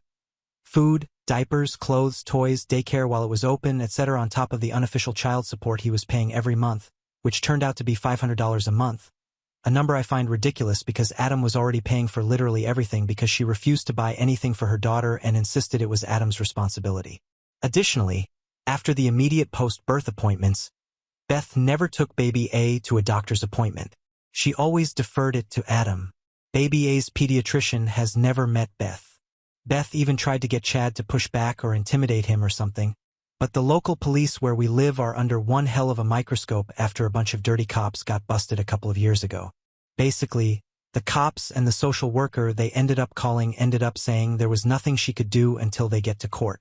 The social worker tried to get her to go to therapy and parenting classes, but Beth refused and went on a 15-paragraph long rant on Facebook about how she doesn't need parenting classes or therapy. She really does though, and called the social worker some choice words. December 19th to 24th, just a bunch of ranting on social media, calling everyone who doesn't enable or justify her behavior cuss words, slurs, and a whole bunch of other horribly creative things. Also, both she and Chad are under investigation at work now, but she has no idea why. I'm going to take this time to remind everyone that 99% of this info is coming from her public social media pages where her coworkers are friends and place of employment is listed. December 25th. I am officially embarrassed to know this woman. I didn't go on her FB page until the evening because I didn't want to deal with drama first thing in the morning on Christmas. In the morning, she put on a very beautiful blue maternity dress, got Chad in his police blues, and baby B in a purple romper, and then live streamed her and her family going to the courthouse to get married on Christmas Day. According to her Twitter, part of this was because their newest venue canceled on them after co-numbers spiked. Overall, a pretty tacky thing in my opinion because she stated plain as day several times that she intended her wedding anniversary to eclipse Christmas for her children because it's just so much more special, you know. I am so glad that baby B's grandparents are filing for guardianship, but here's the thing, the courthouse isn't open because of Co for one thing, but also because it's Christmas and Canada has a predominantly Christian history. She proceeded to have a full meltdown, and when baby B cried because you know the kid's mom was screaming up a storm and scaring her, Beth called her a piece of shit. Yep, so done with this shit. December 28th, I ran into her at a vaccine clinic cause we were both getting our booster shots. She did recognize me at first, but one of my old bosses cause I used to work at the hospital the vaccine clinic was in called my name and said hi, so she came up to me after my old boss had left. We talked a bit while we sat down for the mandatory waiting period after getting the shot. She asked how I was, but didn't even wait for me to respond before she started ranting and complaining about her life. I was just going to sit there until the time was up and then just politely make my exit. But when she started talking shit about her kids, something inside me snapped. I just said, "Do you even like your kids? Do you like being a mom?" She got pretty quiet for a second and then said, "No." Her voice and demeanor completely changed, and we just sat in silence until our time was up. I said goodbye, but it was really awkward. December 31st. Today I just looked at her feet, and this is such a shocking what the actual effing moment. She's thinking about giving up her kids. She went on about how recently she was asked if she liked her kids or being a mom and how she realized that she didn't. She hates her children and blames them for ruining her life and how she doesn't want to be a mom. I mean, nothing is official yet. But what the hell? I'll update his stuff happens now that I have the time. But this whole thing has been a big giant mess. Also sorry for any formatting or grammatical errors. I'm not used to using Reddit on my PC. Update 2. Okay, so some stuff has happened and most of it's good. Also, the TLDR for this update will be at the bottom. Jan 4th, Beth and Chad stopped posting on all social media. I was actually a little worried she died. I mean, this woman posts everything short of her trips to the bathroom on eggs. Oddly enough, this got people messaging or interacting with her social media pages because she was usually the one to start contact, and that contact was usually yelling. No one heard from them, and some people started to be like, should we call the cops for a wellness check, until Chad posted a status saying that they're fine but are busy, please stop trying to contact us right now. Everyone listened, but it was weird. January 11th. I got a notification that Beth and Chad are active on social media again, but I didn't feel like drama, so I didn't check out any of their posts. January 12th. Today she messaged me on FB asking me to be her MO. She also kept going on about the resort in Cancun that she and Chad were looking to have their wedding at this coming February. Omicron is really bad where we are, so no one should be traveling anywhere. I've actually had to delay my trip back to the province where I go to university. No one should be traveling anywhere. Beth also found out that Chad was cheating on her with one of her coworkers and called the woman a homewrecker on FB, tagged her, and posted the text she found on Chad's phone. But Chad is the love of her life, so she's forgiven him but not the other woman, which I find very hypocritical considering how she and Chad got together. She also sent pics of possible bridesmaid dresses, and they are the most hideous dresses I've ever seen. I know that some brides do that thing where they want to look a million times better by comparison, but this was just ridiculous. One of them looked like a partially deflated balloon with feathers strapped to it. She also openly admitted that she expected everyone attending to pay $3,000. $2,000 would go towards that guest stay at the resort, and $1,000 would go to her and Chad, and they will expected wedding gifts so that they could get their room for free apparently. She talked to someone at the resort, and if she got enough people to book their rooms, she and Chad would get theirs for free. She also wanted the money to be given to her instead of directly to the hotel, so that people wouldn't realize that she was taking $1,000 of their money. Beth sent me a pic of the wedding dress she wanted, and it's definitely a clubbing dress. If that's what she wants, that's fine, and for the record, I do think she would look great in it.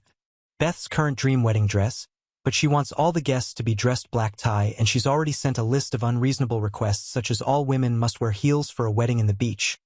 No one is allowed to have a baby or be pregnant really. Girls must have longer than shoulder-length hair. Boys must have very short hair, only an inch or two long. No one is allowed to be skinnier than her. She will be providing diets for everyone attending based on how she wants us to look. She and Chad must get bachelor and bachelorette parties both in Canada and in Mexico that need to be fit for a king and queen, and both must be paid for, but anyone but the bride and groom, cause that's just tacky. No unnatural hair. No tattoos. You have 5 tattoos, Beth, and in the dress you want all will be on full display. No one is allowed to talk to her directly. They must speak through the MO and BM. Honestly, there's a lot more, but I didn't feel like typing all that out. She's posted the list on FB and IG, and people are already calling her a bridezilla. I was also just kind of weirded out because aside from the previous convo at the hospital, and when she originally asked me to be a bridesmaid, we haven't spoken since high school, so I respectfully declined, stating that the virus and school were my top concerns right now. Then I decided to check her socials to see if she'd posted anything. She had, and everything was basically how it was before the hiatus, except her kids are nowhere to be found. No look at my cute baby pics or kids crying in the background of her videos, nothing. So based on her new pics of herself, she's given birth to baby C. I mean, she's definitely still recovering, but she also definitely had a baby, and that baby is not on any of her socials. So when she responded to my decline with an attempt at guilting me to be her MO, I asked her where her kids were. This was her response. "Oh, I left them at the side of the road, and our way home from the hospital those moochers could walk home, LOL. I was like, please tell me you're not being serious, especially 'cause it looks like she had the baby days ago. And she replied, "I was just joking, you shouldn't be so serious all the time, honey. You made a joke about child abandonment SL abuse, you're not being serious enough." And then I finally got the update on the kids. Baby A is still with Adam. Beth signed away her rights. Baby B and baby C have been given to a mutual cousin of Adam and Chad who is infertile. TBH, I didn't need that last tidbit of info or the 3-paragraph long rant about how God hates infertile women. I didn't even read all of it. I couldn't, and I didn't think that Beth could be so cruel to even think those things. I checked out the FB page of baby B's grandparents, and they're happy with their grandchild's new parents. It looks like the cousin and her husband and welcoming them to the family as another set of grandparents and will let them have access to be so yay. One thing I do need to stress though is that because of the courts in our areas are either moving at a snail's pace or closed. So none of this is official, but Beth and Chad has signed paperwork, and all that needs to happen now is presenting that to a judge. And when I rejoined our convo, she said the doc she had for baby C gave her birth control, and she was surprised cause after her first pregnancy she asked her doctor for it, but he refused to give her any. She mentioned that her old doctor was also her mom's and sister's doctor. She ended up asking the doctor who delivered baby C to be her new doctor, so I hope that works out. After learning all this, my convo with Beth started to go downhill. Beth: "Wait, did you actually think I would just leave my kids at the side of the road? I just didn't want to be a mom, but I wasn't a bad one." Me: "Beth, I think that you've been through a lot of trauma in the past few years, and that it's gotten to you mentally, and that you should speak to a professional. Of course, Beth has been a bad mom, but she does need mental health help, and I wasn't going to convince her to get it or to not tell it me if I said that." Beth: "What, you think I'm crazy?" Me: "No, I think that getting kicked out as a teen because of a pregnancy and having your family actively reject you and try to sabotage you must have been very painful, plus pregnancy puts a lot of mental stress on women, and you've had 3 in such a short time span. I just want you to take care of yourself and get what you want in life, and I think that we start with you taking care of your mental health." Beth: "What I want is for you to go straight to hell." Beth then calls me every cuss word, exploitive and derogatory word she can think of.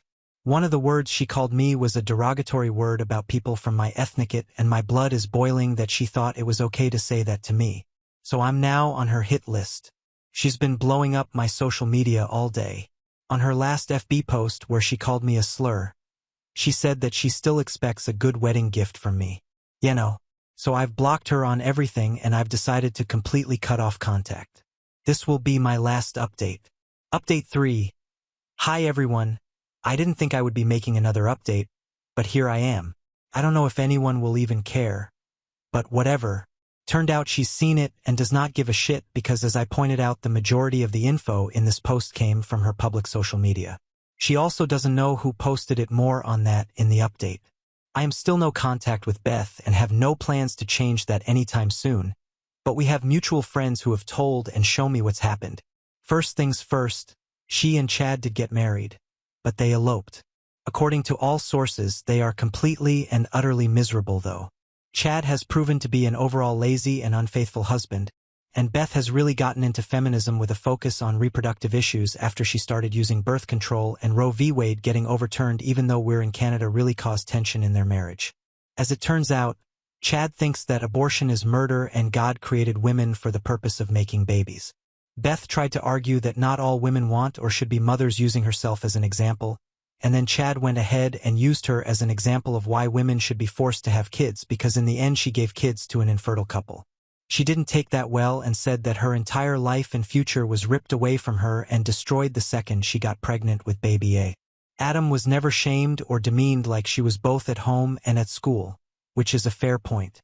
Myself and many others were helpful and supportive, but there were a lot of people who judged the hell out of her and said really nasty stuff, and that if she hadn't gotten pregnant she would have gone to college or university because she lost the general and financial support of her family with that positive pregnancy test. Chad has made a Tinder account, Beth was informed, but it doesn't seem like she gave a damn. So basically you could cut the tension with a knife. And with her family, her sister came out as gay and has been cut off from their parents, but she's got a partial scholarship, so she's doing okay. She and Beth are not on good terms but have met up and acknowledged that their parents messed them up by being religious nuts, and their parents encourage them to be competitive with each other and sabotage each other. Apparently their dad's motto is competition brings out the best in everyone but they've talked and that's good enough for now. Neither Beth nor Chad have custody or visitation of their children, which Chad is starting to regret because he's suddenly getting more and more into the church and religion. Chad talked to Beth about getting the baby back, but Beth shut that down hard and warned the cousin who adopted baby C officially and legally, by the way. Beth started going to therapy after she and Chad got married, which makes me very happy and excited for her. There was a rumor going around that Chad has a mistress, and it took me a while to confirm, but it's true he's cheating on her with a paramedic and she knows. Beth is fully aware I'd give she plans to do anything about it or just continue to ignore it, but I hope she leaves his ass. I'm still not going to talk to her because she crossed so many lines, but she's grown and improved a lot, and her life would be a lot better without that sack of scum in her life.